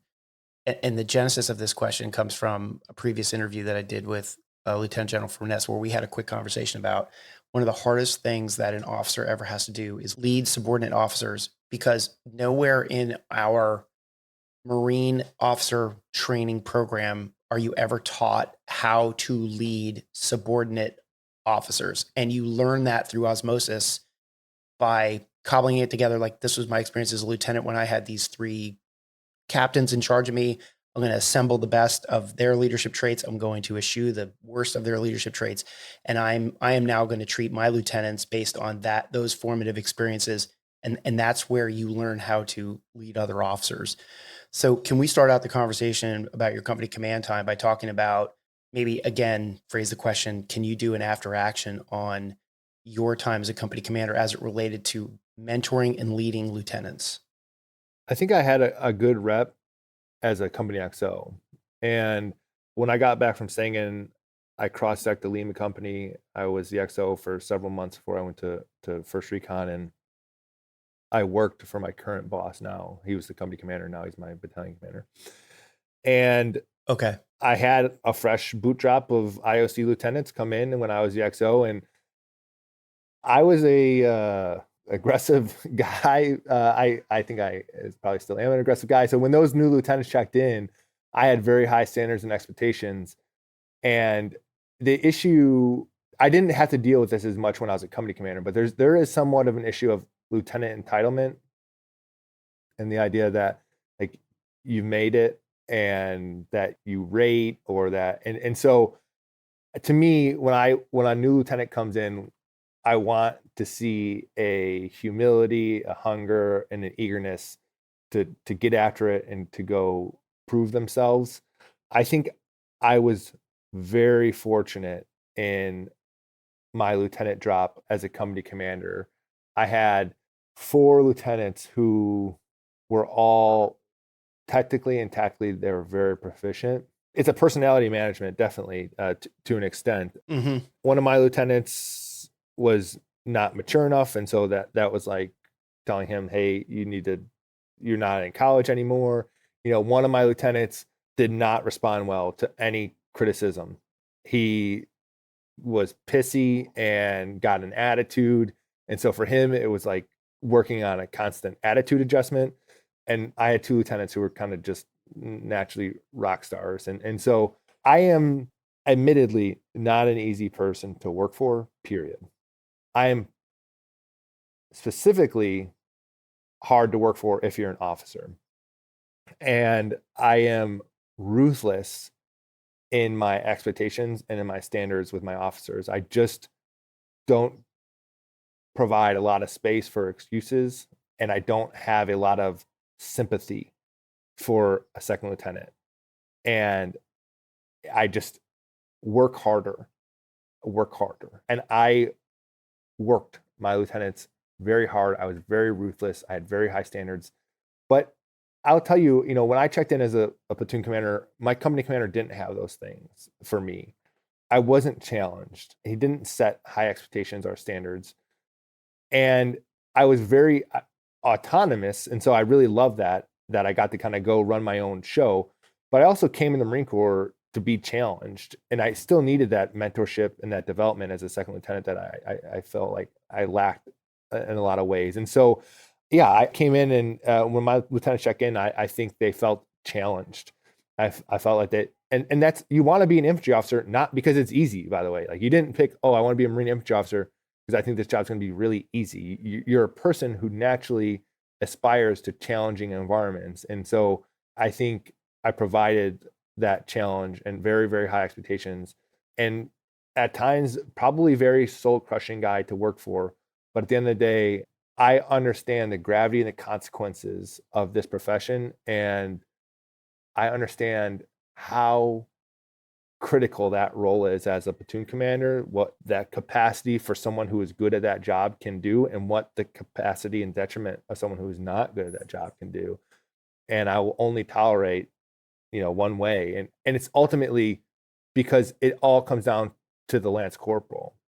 And so however I'm treating my officer, it's because I care about that Lance Corporal and I want the best result for that Lance Corporal. And so I'm going to be very tough on you because I want you to take care of, train, and develop that Lance Corporal and prepare them for the rigors of combat. So that's interesting. If I could phrase the question the same way I did the question about the first patrol that you took, like, can you Monday morning quarterback and look back on your command time, given all the things that you were just saying, you're exacting officer, you demanded the best. No command is perfect. No commander's perfect. Where did you mess up? If you could go back in time, what would you take a do-over on? Yeah. As it relates to the officer relationship, like the lieutenant stuff. A buddy of mine who Justin Gray, he was a peer. He was one of my peers at the time. And Justin had a much more harmonious approach. He doesn't like the word balance. I won't use the word balance. He had a much more harmonious approach to how he viewed his time in command, and that he still got quality results, but managed to be much more compassionate, I think. And I had here's how I view it. I have no compassion when it comes to our professional relationship. I just give me the highest, best result and don't bring me any other shit. Like, I don't want to hear it. I don't care. Just deliver results. Now, for example, one of my lieutenants' mom had breast cancer. When he said, "Hey, sir," I said, "Hey, don't even worry about the leave request. Just go, take as much time as you need. You don't need to call. You take it." And so I am, in a personal capacity, I still very much care about you and love you. I still care about you and I love you as a person. So when you do present to me as a person, I'm very empathetic, and I will stop everything I'm doing and do whatever I can to take care of you.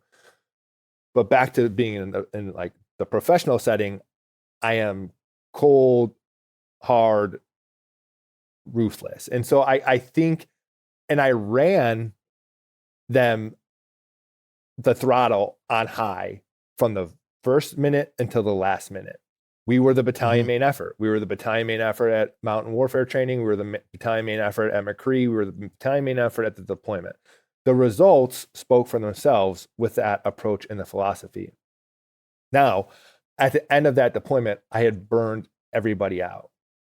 And there's a better way to do that. And so if I could do it again, I think I would take a more nuanced approach, a more harmonious approach, where I still keep some of the human personal element as a factor throughout, and treat my lieutenants with a little bit more humanity than I did. And it's tough because when I think of an officer, I think of what are the expectations that I place on myself. And I'm very ruthless, and I have extremely high standards with myself, and I don't allow myself to make any excuses. I'm not easy on myself. And so but that is not necessarily the best practice, I think. And so I learned a lot, and I didn't see that until after the deployment, where everybody was so on E and burned out. And I saw that, okay, you achieved all these great results, but at what cost? And there's probably a way to do that without running everybody as hard as I did.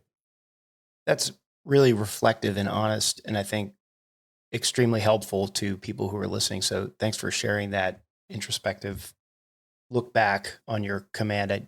I don't think that's an easy question to answer, so I appreciate you being really honest about it. It's helpful, I think, to hear somebody be able to look back and say, gosh, I could have done things different. And comparing and contrasting against one of your peers is helpful as well. You did have a problem with your first sergeant, and you've documented some of that on social media. It's been a fascinating read for me. Can you hit the wave tops of that and look back on that and say, here's what I learned, good and bad, from that experience? I would do it exactly the same way, or I would do it differently. He was an MP. He was frocked to first sergeant. There's a lot of things that the deck was stacked against him, coming in. Mm-hmm. And again, I am not an easy person to work for, and I want to go and I want to attack. But he came in, you talked about the second lieutenant who says, let's go on this run and at a 6 mile pace. That's what he kept saying is, and right away, my intuition, he was like, well, sir, if you want to go on a 12-mile run, we can go on a 12-mile run right now. I'm like, no, I don't want to go on a 12-mile run. I want good rosters. I want order and discipline. I want morale. Like, I don't want to go on a 12-mile run. And like, that's what he was good at. He could run. And I'm like, first sergeant, why are you talking to me again about, like, demonstrate? And he wanted to have this shoulder by shoulder, holding the line, united front relationship, which, by the way, I also wanted to have. But he couldn't contemplate that I can't have that relationship with you while I'm constantly unfucking all your mistakes. And so if you want to get to this tight relationship, I'm aiming at getting towards that as well. I can't form that with you until you actually are decent enough at your job. And so, I mean, just a complete lack of proficiency administratively. And it wasn't like I needed him to be a great tactician or technical on I just needed the basic things that you'd hope to receive from a first sergeant. I was not getting those in any way. And what I found is that I have this very junior company, like very junior in a lot of ways, as in it's it's only a company that's a couple months old. Like it's a brand new actually company. And then junior in that we don't have any NCOs. That they're almost all my NCOs were security force NCOs. So very few NCOs with fleet experience. I've got brand new lieutenants. And what I found is that I was spending the preponderance of my time supervising my first sergeant. And that is not where my time and effort should have been. I had a lot of other issues to worry about and focus on rather than training and supervising my first sergeant. And so it came to a point where I can either give him a task, supervise it the whole way through to ensure success, or give him a task knowing that it would going to fail and then have to go back and fix that task. I mean, everything from we would go out to the field, he would give me a roster. I'd be like, those aren't the numbers. And then he would erase them and then to start to change them. And I'm like, no, you actually have to go get the numbers. You can't just start like penciling in what you think I think the numbers are. That's not actually how accountability works. Right. Falling out of hikes, I was suffering in silence. I was trying to kind of just internally manage and fix this problem. And there were so many issues within the company, he just being one of them, but probably the most pressing, that I did not take the time to reach out to my battalion sergeant major, to my CO. I was just trying to work the problem internally. And I probably should have started early communicating that, hey, this may not work out. He, I think, understood the writing on the wall pretty early on and started like an IO campaign that Captain Schueman is crass and Captain Schueman hikes too fast and so he was working like the back channels. And I knew that he was talking to the master guns and the sergeant major and the battalion XO. And I just didn't have time to do that. And so, but it finally came to a head where I understood that I had to engage the sergeant major on this. And once I had the sergeant major support, it became much easier to deal with all this. But really, the thing that was so time intensive was the counselings. And every counseling had to be documented. It had to be tied back to the initial counseling. It had to highlight the deficiency that was tied to the initial counseling. I had to highlight the recommendation. I had to provide a roadmap of how I wanted us to get there, how I could support him to get there. And then here's when the next evaluation. And so just the amount of documentation that it required to be able to finally present my CO and sergeant major the package and say, here are 10 counselings over the last 7 months with zero growth. And on top of all that, there was like this high school kind of junior high little back channeling drama going on that I just didn't have the time or appetite to deal with. I can tell you that it was my greatest leadership challenge.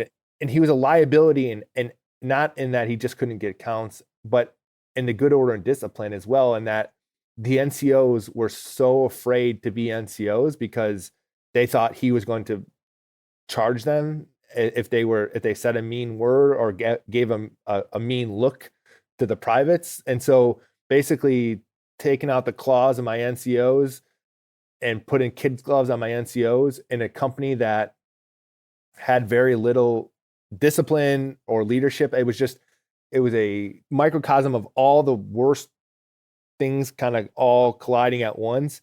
I was mentally, emotionally in a very tough place navigating that challenge. And finally, it was not a relief, which is, what's something that I can look back on. I should have been adamant that it needed to be a relief, not a shuffle. And it was a shuffle, and he became somebody else's problem. And I know that he, again, became a very difficult challenge for that next person. But just like my Staff Sergeant Henley moment, my First Sergeant Leatherman came in.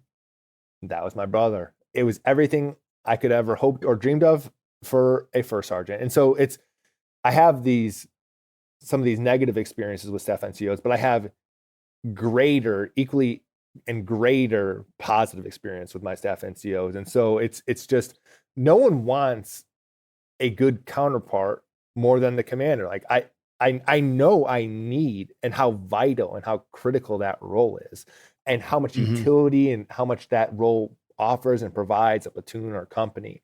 And when you get that right person, the overall effectiveness of the unit is just incredible. What happens when you get that right staff NCO in place. And so first sergeant, now Sergeant Major Leatherman, came in, and he was everything I had hoped or dreamed of, and having a first sergeant.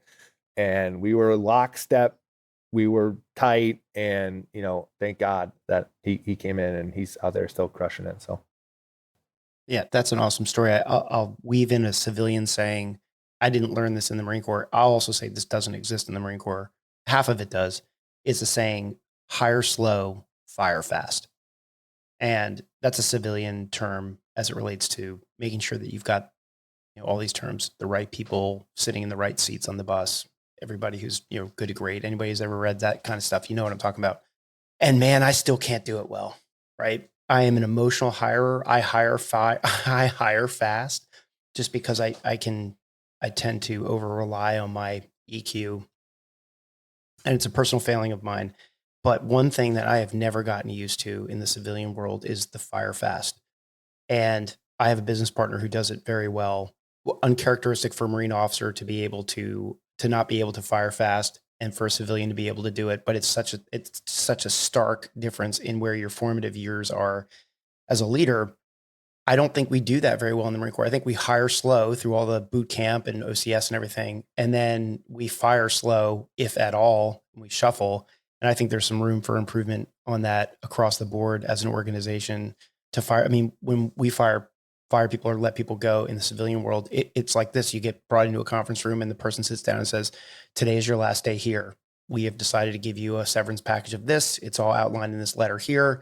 Somebody's outside to help you carry your stuff out to your car. We appreciate all the work you've done here, but your job here no longer exists. That's the end of it.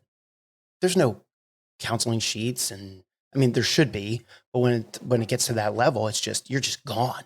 And it's always done in the context of it's in the best interest of the organization for profits or whatever it is. And a lot of these decisions are money driven, but yeah, I think there's a lot of room for improvement on that. That's the art of it. So the science is do all the counseling, do all the paperwork, but the art of it is again that you owe that person training, developing, and mentoring. And so if you're a newly frocked gunny to first sergeant and it's your first time in the infantry, I owe you some training, mentoring, and developing to help you get to where you need to be. And so long as you have the aptitude, that's fine. We can grow together. By the way, I need training, mentor, and developing to be a company commander that I was receiving from my battalion commander. He was training, mentoring, developing me, helped me be a better company commander. But I had the aptitude to be a company commander. It was clear and evident from day one that this individual didn't have the aptitude. I still have to do the due diligence of the training, mentor, and developing just to confirm that. But it would be much better organizationally if it becomes apparent that this person does not possess the aptitude to be able to go ahead down the route that you just proposed and say, hey, you're not the right person, but that's not what we're able to do, and you end up with the wrong person in the wrong billet for much longer than is healthy for the unit. Yeah, anytime you make a decision to send somebody back in the military, you talked before about how you don't want to deal with drama, and I think this is why shuffling happens. It's because you're immediately going to get a call from your regimental sergeant major and then your regimental commander. And I mean, the shit just starts piling down on you. Why? And sometimes it's easier to just say like, oh, we've got an IA billet open. Let's shuffle somebody out the door. And nobody wants to deal with that, cascade, that avalanche of drama that's going to come down from higher explaining everything. It's tough. That's a great story. And thanks for sharing that with everybody. I do want to take a few minutes and talk about a couple other things going on in your life. So you're the new OPSO, right? For 3.5 or XO? I can't remember. OPSO. Nice. Well, congratulations on that. How was it walking back into your old command? Is it totally different? I mean, of course it's totally different, but you know what I'm getting at. Like, what was your reaction to coming home, but seeing it all renovated? Yeah, well, figuratively. Definitely figuratively, because it's still the old crappy. There's still mold all over the place, I'm sure. Right? I checked in my alphas, sitting back in the same conference room that I did. When I checked in September 2009 is when I checked into 3.5, and then I checked in again July 2022, and so that was definitely kind of surreal experience back to where I would say like I was born in San Mateo, the 62 year at Camp Pendleton. That's where I was. That's where I was born, and so to come back home to the place that I was raised, it's all very special. To work for a boss who I admire and I trust and I respect, and my boss is actually my current DH6. He is the reason I designated in the Marine Corps. I was so in such a bad place post singing and so disillusioned with a lot of my leadership that I was going to get out. And he came in, and I don't think he knows this, and he came in and was everything I'd hoped for in a leader. He was the person who challenged me, who had high expectations, who was good at his job. And it was like, and it was like, I want to be like him. And maybe I can do what he's doing for this company someday, and I'm going to stick around. And so I didn't have, like we talked about my origin story about the Marine Corps, I didn't have big lofty goals in the Marine Corps. I didn't even know I wanted to be a Marine. And then all I knew is I wanted to fight, and then I got to fight, and I didn't have a subsequent goal after that. Once I got to be a platoon commander, I was like, okay, well, I did what I wanted to do in the Marine Corps. And so when I was in such a bad place post singing, a lot of moral injury, I think, and just a lot of disillusionment. And so I wasn't going to stay in. And then I saw, okay, well, maybe I want to stay until being a company commander, because if this one person inspired me. And so getting to come back and work for him is really an incredible opportunity.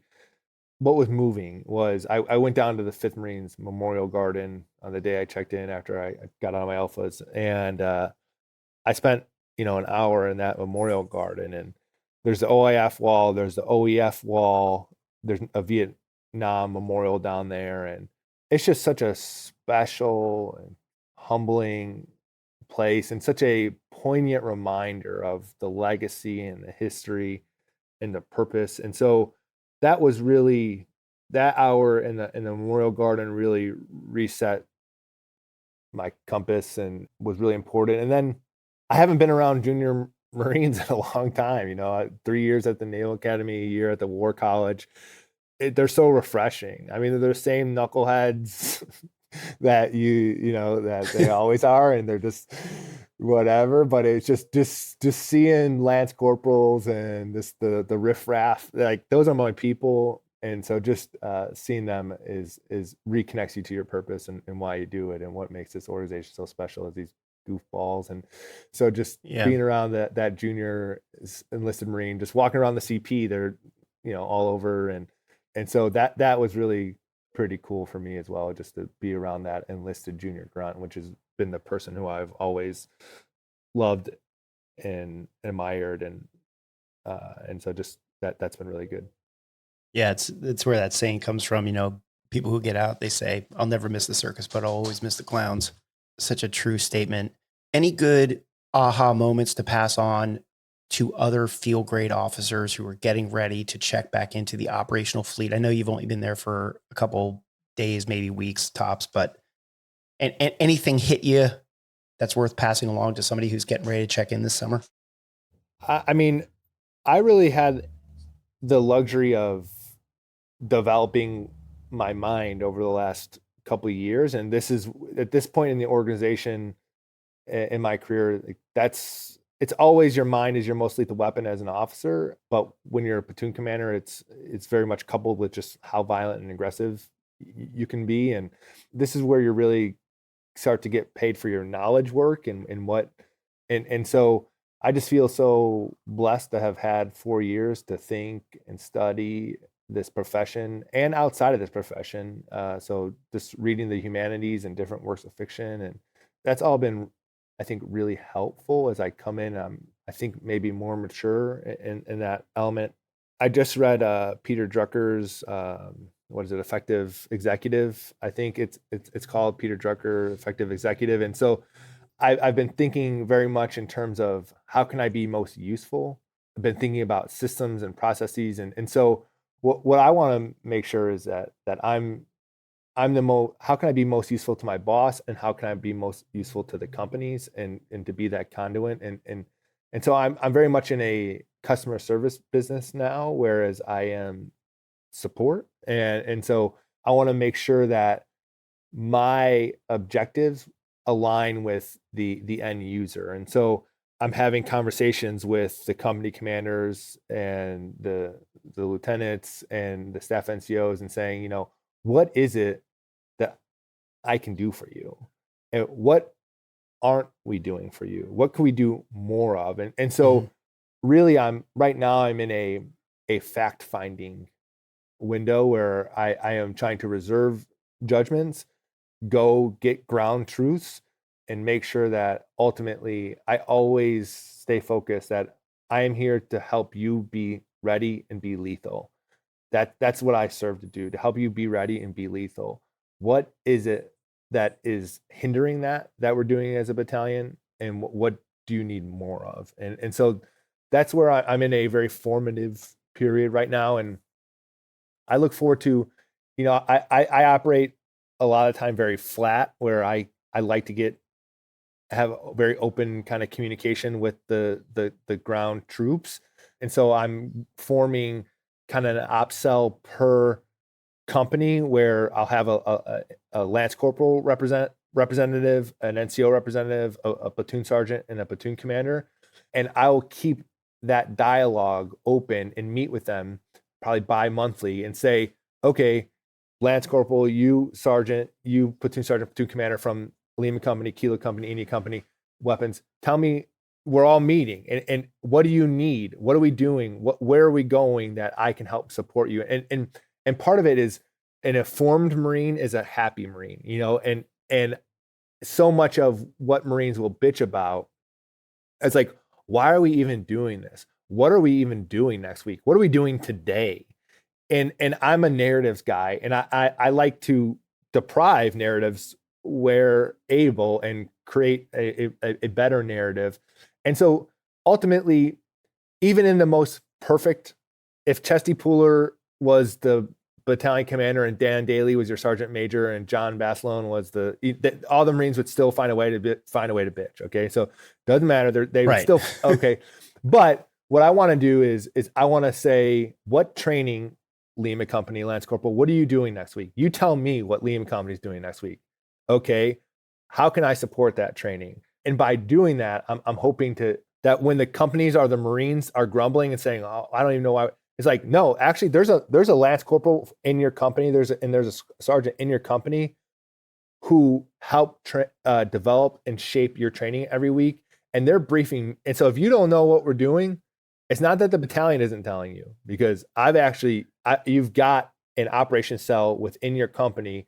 And so I'm hoping that at every level, by bringing in the junior Marine, the NCO, the platoon sergeant, the platoon commander, and have a represent from, and have that come across from all four platoons, you really attack that narrative of why are we doing this, or what are we doing? And so I want, ultimately, you hear it in every unit, is that grumbling about just the not knowing. And so I really want to attack the IO. I want to do the IO, and that you are informed, and that if you aren't informed, don't mother F battalion, talk to your company ops reps, because they're at these meetings and they have the gouge. And so that's kind of one of the things that initiative that may be a little bit unique that I'm trying to get underway. Yeah, God, that's an awesome idea to pass along to listeners, field grade officers who are hearing this, getting ready to check in, or newly promoted in school maybe or something, to come in and do that. Because you're right. I think there's nothing more aggravating than not knowing. And if you as the OPSO are hearing from those operations cells how you can best be supporting them and what the battalion training schedule is, and it's their responsibility to go back and say, hey, we collectively as the ops cell developed this for our company. This is why we're doing it. There's just probably a lot more fun and a lot less standing around wondering what the hell's going on, standing in the dark. Yeah, that's a fantastic idea. Thanks for sharing that. You have a new book coming out on August 9th of this year, 2022, called Always Faithful, a story of the war in Afghanistan, the fall of Kabul, and the unshakable bond between a Marine and an interpreter. I'm going to read a couple of the remarks from some of your early readers. Carl Marlantis, who's the author of Matterhorn, which is, by the way, one of my favorite all-time books, along with The 13th Valley. He also wrote What It's Like to Go to War and Deep River.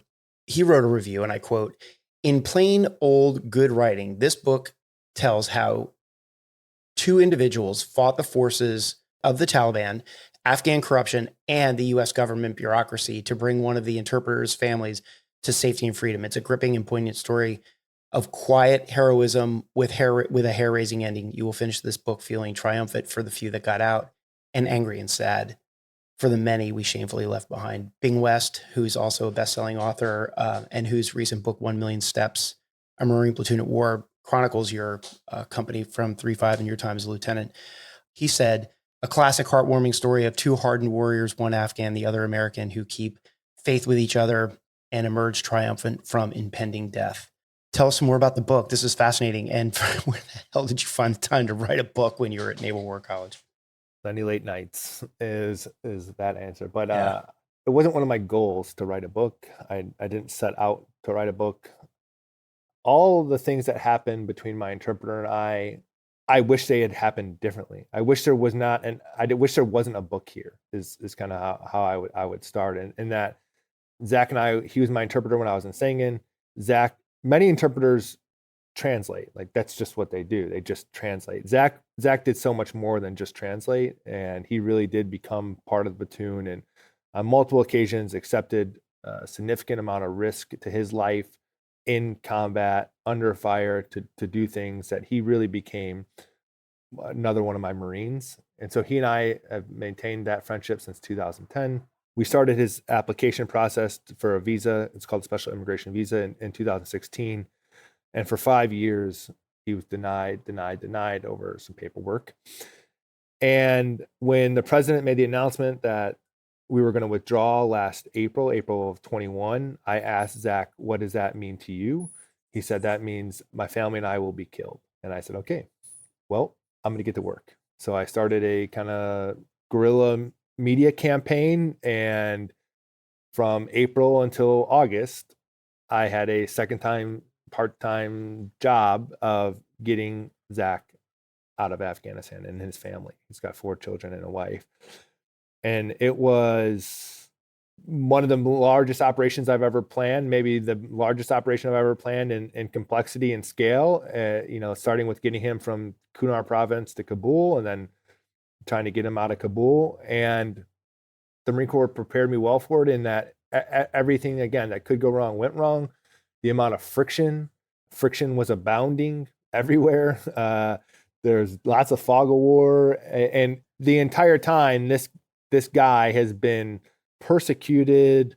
He's seen people killed. And when he was at the airport, people were getting machine gunned right next to his children.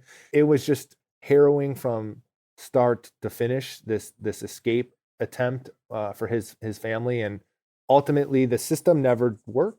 Ultimately, a friend of mine, my TBS classmate of mine, who ended up doing an inter-service transfer to the Air Force, he's a pilot, and he was there to fly with the PJs. He did a personal favor to me, and on the third attempt that Zach tried to get out, he jumped a wall and pulled Zach and his family in. Nothing worked well. Everything that could go wrong went wrong. But thank God, at the end of the day, Zach and his family are safe and here in America. The story has a lot of drama, has a significant kind of climax, and so it lends itself to being written as a book. Zach's story became one of the central stories during the fall. And so in July of 2021, we were on the cover of the New York Times. He and I did some national TV. And so his story became a very central story and kind of emblematic of the fall of Afghanistan and the betrayal of our allies, specifically our interpreters who had served alongside us. And so again, we that just so happened to be the case. And so people were interested in our story. When people approached us about writing this book and a big publisher wanted to publish it, to me, it was important to write it with Zach. I was only ever going to write the book with Zach. And one thing that I learned when I was at Georgetown, I took a class called Asian American Literature, and Professor Christine So, we made sure that we heard a lot of these stories in their own voices, rather than, hey, here I am, a dude that spent 16 or 17 months in Afghanistan. let me tell you about Afghanistan. Here, I'll tell you about what the last 20 years of Afghanistan is all about. It was really important to say, well, maybe we can have a person from Afghanistan whose entire life has been shaped and defined by this war tell you a little bit about what this war is about and what the fall of Afghanistan means to him and what those implications are for him in the country. And so the opportunity to write this with Zach was something that I couldn't pass up. And, you know, I left Afghanistan in March of 2013. Zach spent the next 7 years after I left Afghanistan under constant persecution. He could not leave his village without fear of death. He was unemployed because he could not take a job anywhere outside of his village without fear of being killed. He was still receiving night letters to his father's house several years later from the Taliban saying, we know who you are, you're an infidel, you served with the Americans, we're going to find you and kill you. And so the idea that this guy did something heroic and courageous and honorable for our country, for America, and for his own country. He was doing it for his country first and foremost, but also for the Marines and for the people that he loved in this country. And because he believed in what we were doing. And then the rest of his life is condemned to being persecuted because of that decision that he made. That's why they made the SIB program, is because they understood that by serving with the U.S. forces that you would face persecution, that there would be risk to your family. So we said, hey, because of that, we'll give you a visa to get you out of that perilous situation. Zach upheld his end of the obligation. We did not uphold our end of the obligation. I was a person who just tried to keep that promise that we made as a nation to our allies. And that's kind of what the story is about. That's great. The book comes out on August 9th. I'll have a link to it in the show notes, a non-affiliated link, just straight to the book. Are proceeds going towards anything, Tom? Zach and I are splitting that book 50-50. So everything else that I do with Killzone or my Instagram, everything goes to PB Abbate. This was an opportunity Zach is living in an apartment, a single bedroom apartment in San Antonio with his 4 children and wife. The opportunity to hopefully help Zach start his American dream here is part of what we did with this book is to support him as well. That's great. So people who are listening to this that go out and buy the book, just know that some of your proceeds are going towards helping Zach, who was a tremendous asset to Tom and the United States of America, helping him get on his feet here in this country and start a new life, and hopefully, just like the American dream for everybody, provide a better life than he had for his 4 children. So please keep that in mind as you buy the book. But the other half of the proceeds goes towards a foundation charity that you've set up. Let's talk about that. Well, before we jump off on PV Abbate, just one last thing about Zach. How's he actually doing? You mentioned that he's living in, but how is he doing? Yeah, he's a great American already. He's working construction and he's hanging drywall at a cancer hospital. He works at his job site is they're renovating a cancer hospital down in San Antonio. And that's just what many of our immigrants do, is they take tough jobs that no one else wants to do. And he's out there in the heat in San Antonio working on a construction site and building a cancer hospital. And so, he and his family are safe. That is the first and foremost pressing concern. And so that the fact that they're safe and they're healthy, he's happy and thankful. So that's great. Let's use that as a segue to wrap up here, because I want you to spend some time talking about your passion project, PB Abbate. Tell us a little bit about Sergeant Abbate and the mission of that organization. Sure. Sergeant Matt Abbate was one of the snipers that supported Kilo 3-5. He was posthumously awarded the Navy Cross. The actions that he took, that he was awarded the Navy Cross, are truly hard to even imagine. The bravery and courage. The platoon was ambushed, the squad leader was shot, and they were ambushed in the middle of a minefield. And so as every person went to go help the casualty, that person hit an IED. And so to the point that within the first few minutes, there were 5 urgent casualties, some of them already killed, some of them amputees. And so everybody stopped moving, everybody but one person. And so these people who stopped moving are very brave Marines, but the environment that they were in was so catastrophic that everybody stopped moving because they knew if I move, I'm dead.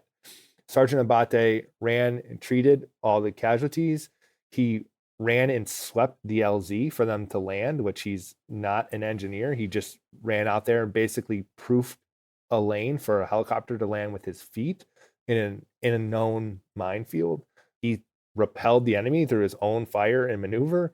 Really just truly one of the most heroic, courageous people, but also just as a human being, just one of the most genuinely, just a beautiful dude inside and out. He was the dude that everybody gravitated towards. The entire heart and soul of the company, gravitated and rallied around this one figure that was kind of larger than life, but that never went to his head. He was clearly the coolest and most badass amongst us. Like there was no debate or doubt about that, but still extreme humility in how he interacted with everybody. And so yeah, part of the mission of PB Abbate is to continue to honor his legacy. When I was at the Naval Academy, a few of my Marines had committed suicide in pretty rapid succession. So I started to define the problem, went into problem framing, what is the problem? And what I found through extensively reading these VA suicide reports was that the leading proximate cause of veteran suicide were feelings of disconnectedness and isolation. And that the remedy to that was in community. When people are in community and feel connected, they're much less likely to commit suicide. And so I said, okay, what veteran service organizations are out there getting people connected and getting them in community? And there's about 45,000 veteran service organizations. There's a lot of them, but most of them have a clause or a prerequisite to be a member of that veteran service organization. And what the data will tell you from the VA suicide reports is that non-combat veterans are twice as likely to commit suicide as combat veterans, which I found surprising. But when you think about it, service in and of itself provides such a tribe and a purpose that can't be replicated anywhere else. And so it's not the combat, it's the service that is the thing that people are struggling with after their transition. That's the thing that they're really missing, is that squad, that platoon, that battery, that connection that they had, and then they had a really clear purpose. And so that is not a combat veteran exclusive need. It is a basic intrinsic human need that is, I think, intensified by service. And so most of these other organizations said, well, you have to be disabled, you have to have a disability, you have to be wounded, you have to be special forces, which in my mind, I celebrate that as a nation, we've rallied around the people who have made the most sacrifice. I think that is a great testament to the character of our country, that we take care of our wounded and that we take care of the Navy SEALs and the Green Berets and the MARSOC, the guys who make the biggest sacrifice. I think it's a great testament. So I don't ever denigrate that. But I also think it's an issue that about 99% of the service organizations out there, you have to come in with a check in the box that says, I was a Navy SEAL, I'm combat wounded, I had a combat deployment, I have a disability. And so you've really got to narrowly define yourself. And what I wanted to say is, like, I think service matters, period. Doesn't make you special, but there is something significant about, for a time in your life, whether that was in the National Guard, the reserves, active duty, that you said, for a time in my life, I'm going to raise my right hand and I'm going to serve this great nation. And we should have a place where every single person who has raised their hand at some point feels like that they can rest and refit, that they can enter friendly lines. And so I set about making a patrol base. The only requirement for entry to our patrol base is your service, period. So if you're on active duty and you're a PFC, it's your patrol base. If you did 3 years in the reserves or the National Guard, it's your patrol base. If you got out of the Army or Air Force 20 years ago and you never went on a combat deployment, it's your patrol base. If you were a truck driver or comm or data or a cook or in the band, it's your patrol base. And so all are welcome at PB Abbate. And I wanted it to be, I think there's real healing in the outdoors. So I wanted it to be outside. And so we went and got 330 acres out in Montana, and one of the most beautiful areas in the country. And I wanted to involve something physical. So you do a service project while you're out there. We are men and women of character who like to serve. And so we always find there's always a service project in and around the area that we get involved with. We do a little hike. We get around the fire, and we do these fireside chats. And where I really find that the most healing and cathartic part of the entire experience is just these fireside chats where there's no rank. When you come to PB Abbate, you don't introduce yourself as I'm Tom, a Marine, infantry. I deploy. It's none of that. It's no sir. It's just you just say, hey, I'm Tom, because immediately you'll start to set this hierarchy of, oh, you're Air Force, or oh, didn't. It's none of that nonsense. It's just everybody around this fire we know has served, and we want to just get connected. And so we have what's called the Return to Base program, where we do free of charge. We bring you out, we pick you up, we feed you, and you do the thing that you're interested in. And so we've had programs, everything from book clubs. We've got a golf club going next week. We've got a fight club, a strength club, a music club, an art club, a yoga club, you name it. We're doing and so many of the organizations veteran service organizations are doing like great things, but it's like fly fishing. And I think fly fishing is awesome, but maybe fly fishing isn't everybody's thing. And so we try to make this, we want to be radically inclusive and the most accessible veteran service organization out there. So we say, what is the thing that you like to do?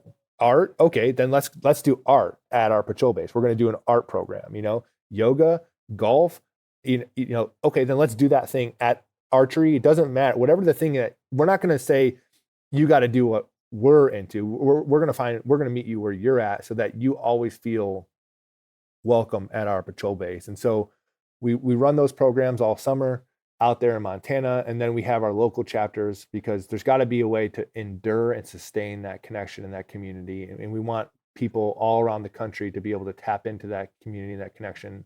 There's about 46 local chapters all throughout the country, from Southern California to Boston to Chicago to Austin, Texas, you name it. There's a PB Abbate chapter in your area. And again, every quarter we do a service project, because we want to continue to demonstrate that veterans are men and women of service and character, that we're not victims, that we're people who look to continue to address needs and serve our communities, that we're not looking for a handout. Actually, we're looking for a way to continue to contribute. So we do a service project. Every local chapter does a service project once a quarter, and then once a month they meet. And sometimes they go for a hike, sometimes they go grab pizza, sometimes they go to a baseball game, whatever that looks like for that local chapter captain. But that's kind of who we are, what we're doing, and undoubtedly PB Abbate has and will continue to save lives. Just last night, the book club met to discuss Ender's Game virtually.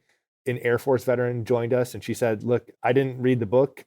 I never went to combat.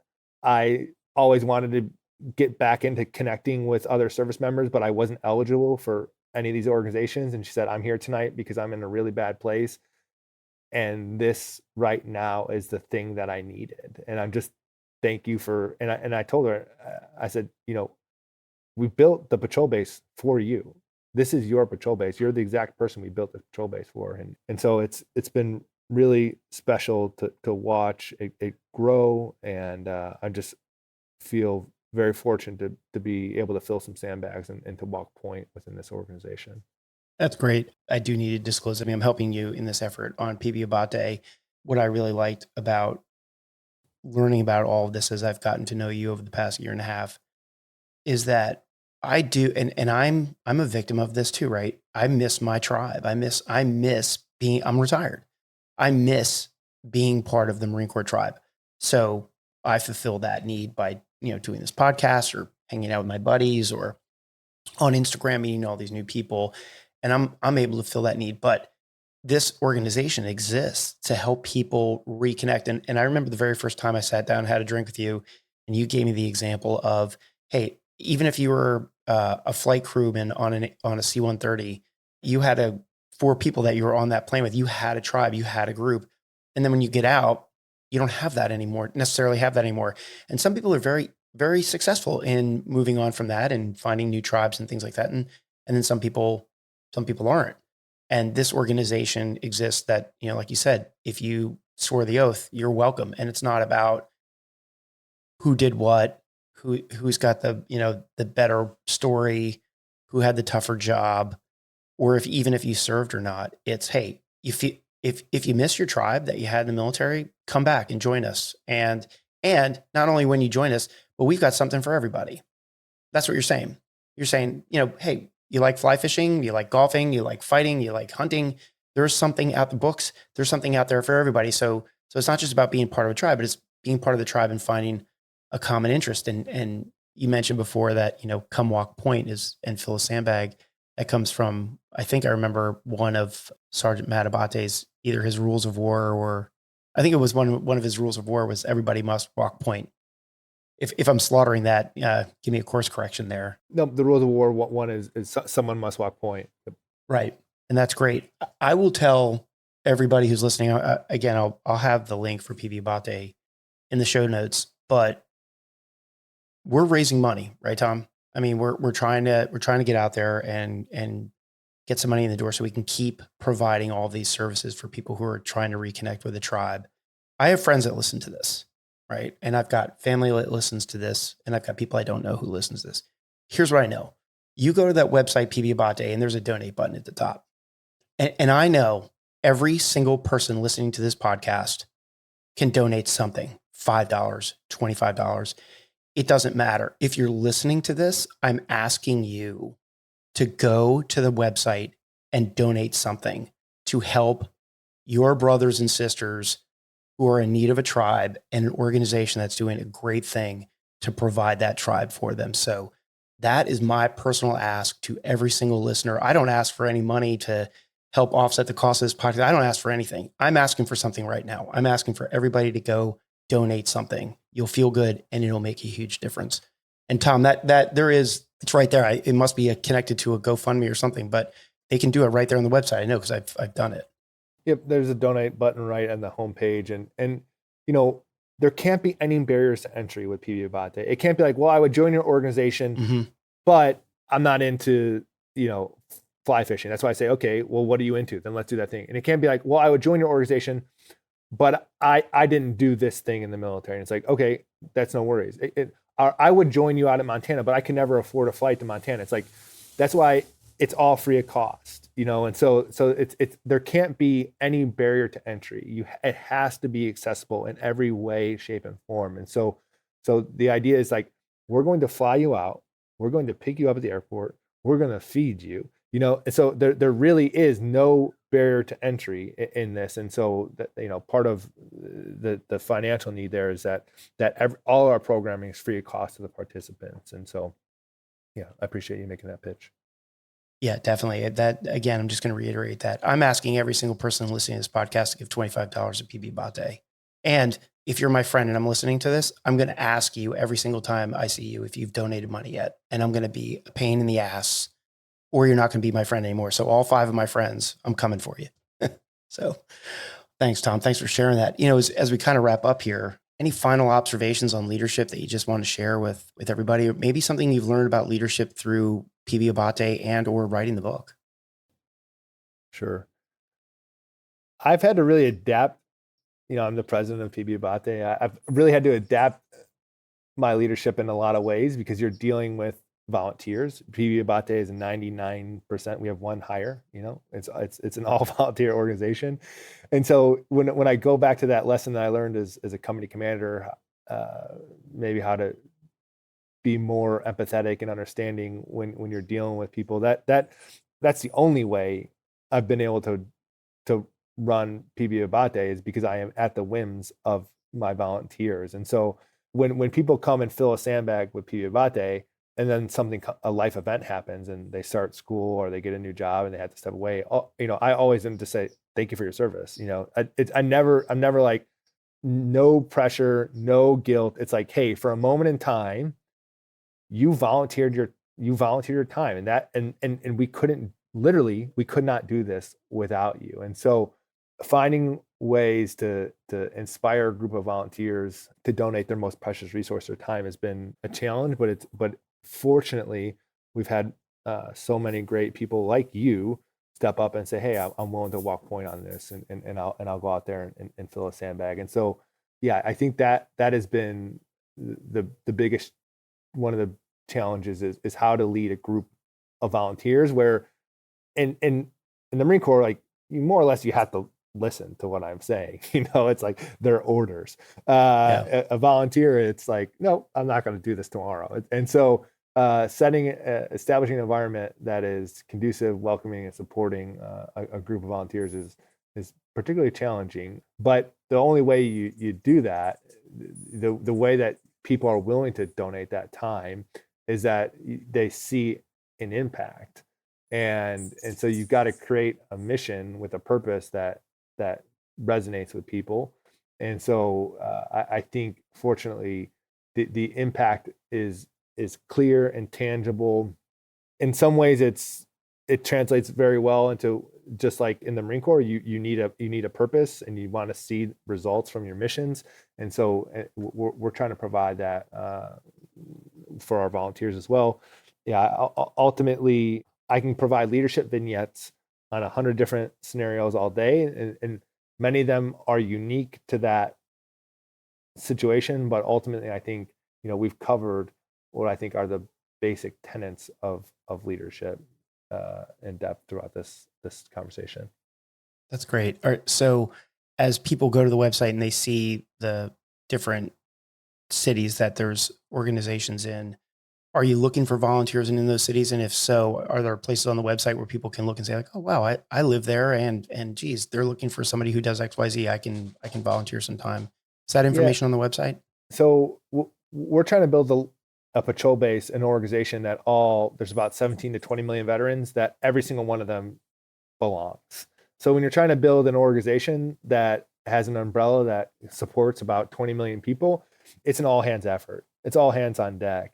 And so I don't know what every individual person's sandbag looks like that they can fill, or where each individual person can walk point. I just know we need your help. And so for some people, that might be that they can donate $5. For some people, it might be that they can donate their IT services. For some people, it might be that they can donate their administrative services. It's whatever talent, time, treasure that you have as a person, we'll take it, and so if you want to lead a local chapter in your city and there's not one, please do. If I don't think we have a kite surfing club. Let's say like you love kite surfing, like, well, start the kite surfing club, because I'm sure 10 other people like to do that are veterans, and you know what? We'll find a way to support that. We did a surf club program out here in Camp Del Mar and Pendleton. We're doing a dive club. We're sending some veterans out to the Bahamas to go dive. The idea is, like, whatever you're into, we're into, and we'll find a way to support it. And so if you're passionate about something and you want to fill a sandbag, there's a form there to sign up to volunteer, and we'll take you, because it really is an all hands on deck effort. That's great. Thanks for sharing that with us. I plan to get out there and fill a sandbag myself. If I'm doing it with you, just remind me at 55 years old to use my legs and not my back, because I am not that 22-year-old body anymore filling sandbags. But yeah, thanks for that, Tom. Well, Tom, thanks so much for making some time to come on the show. I know the podcast, you've been super busy checking into a new command, writing a book, running a PB Abbate, and moving your family across the country. So you've been a busy guy, and I appreciate you making the time to come on the podcast and help emerging leaders be better and work on themselves and learn something from people who have some great experiences to share. And you're certainly one of those people. You're also a little bit of a reluctant celebrity. And I know that that's got a lot of time pressure, as well as checking in as the OPSO, and probably a lot of sleepless nights for the next year or so, sleepless nights. Not a lot of sleep for the next year in that job. I know it's a busy one. So I appreciate your time. And I know all the listeners appreciate your time too. So thanks a lot for coming on the pod. Thanks for having me. Appreciate it.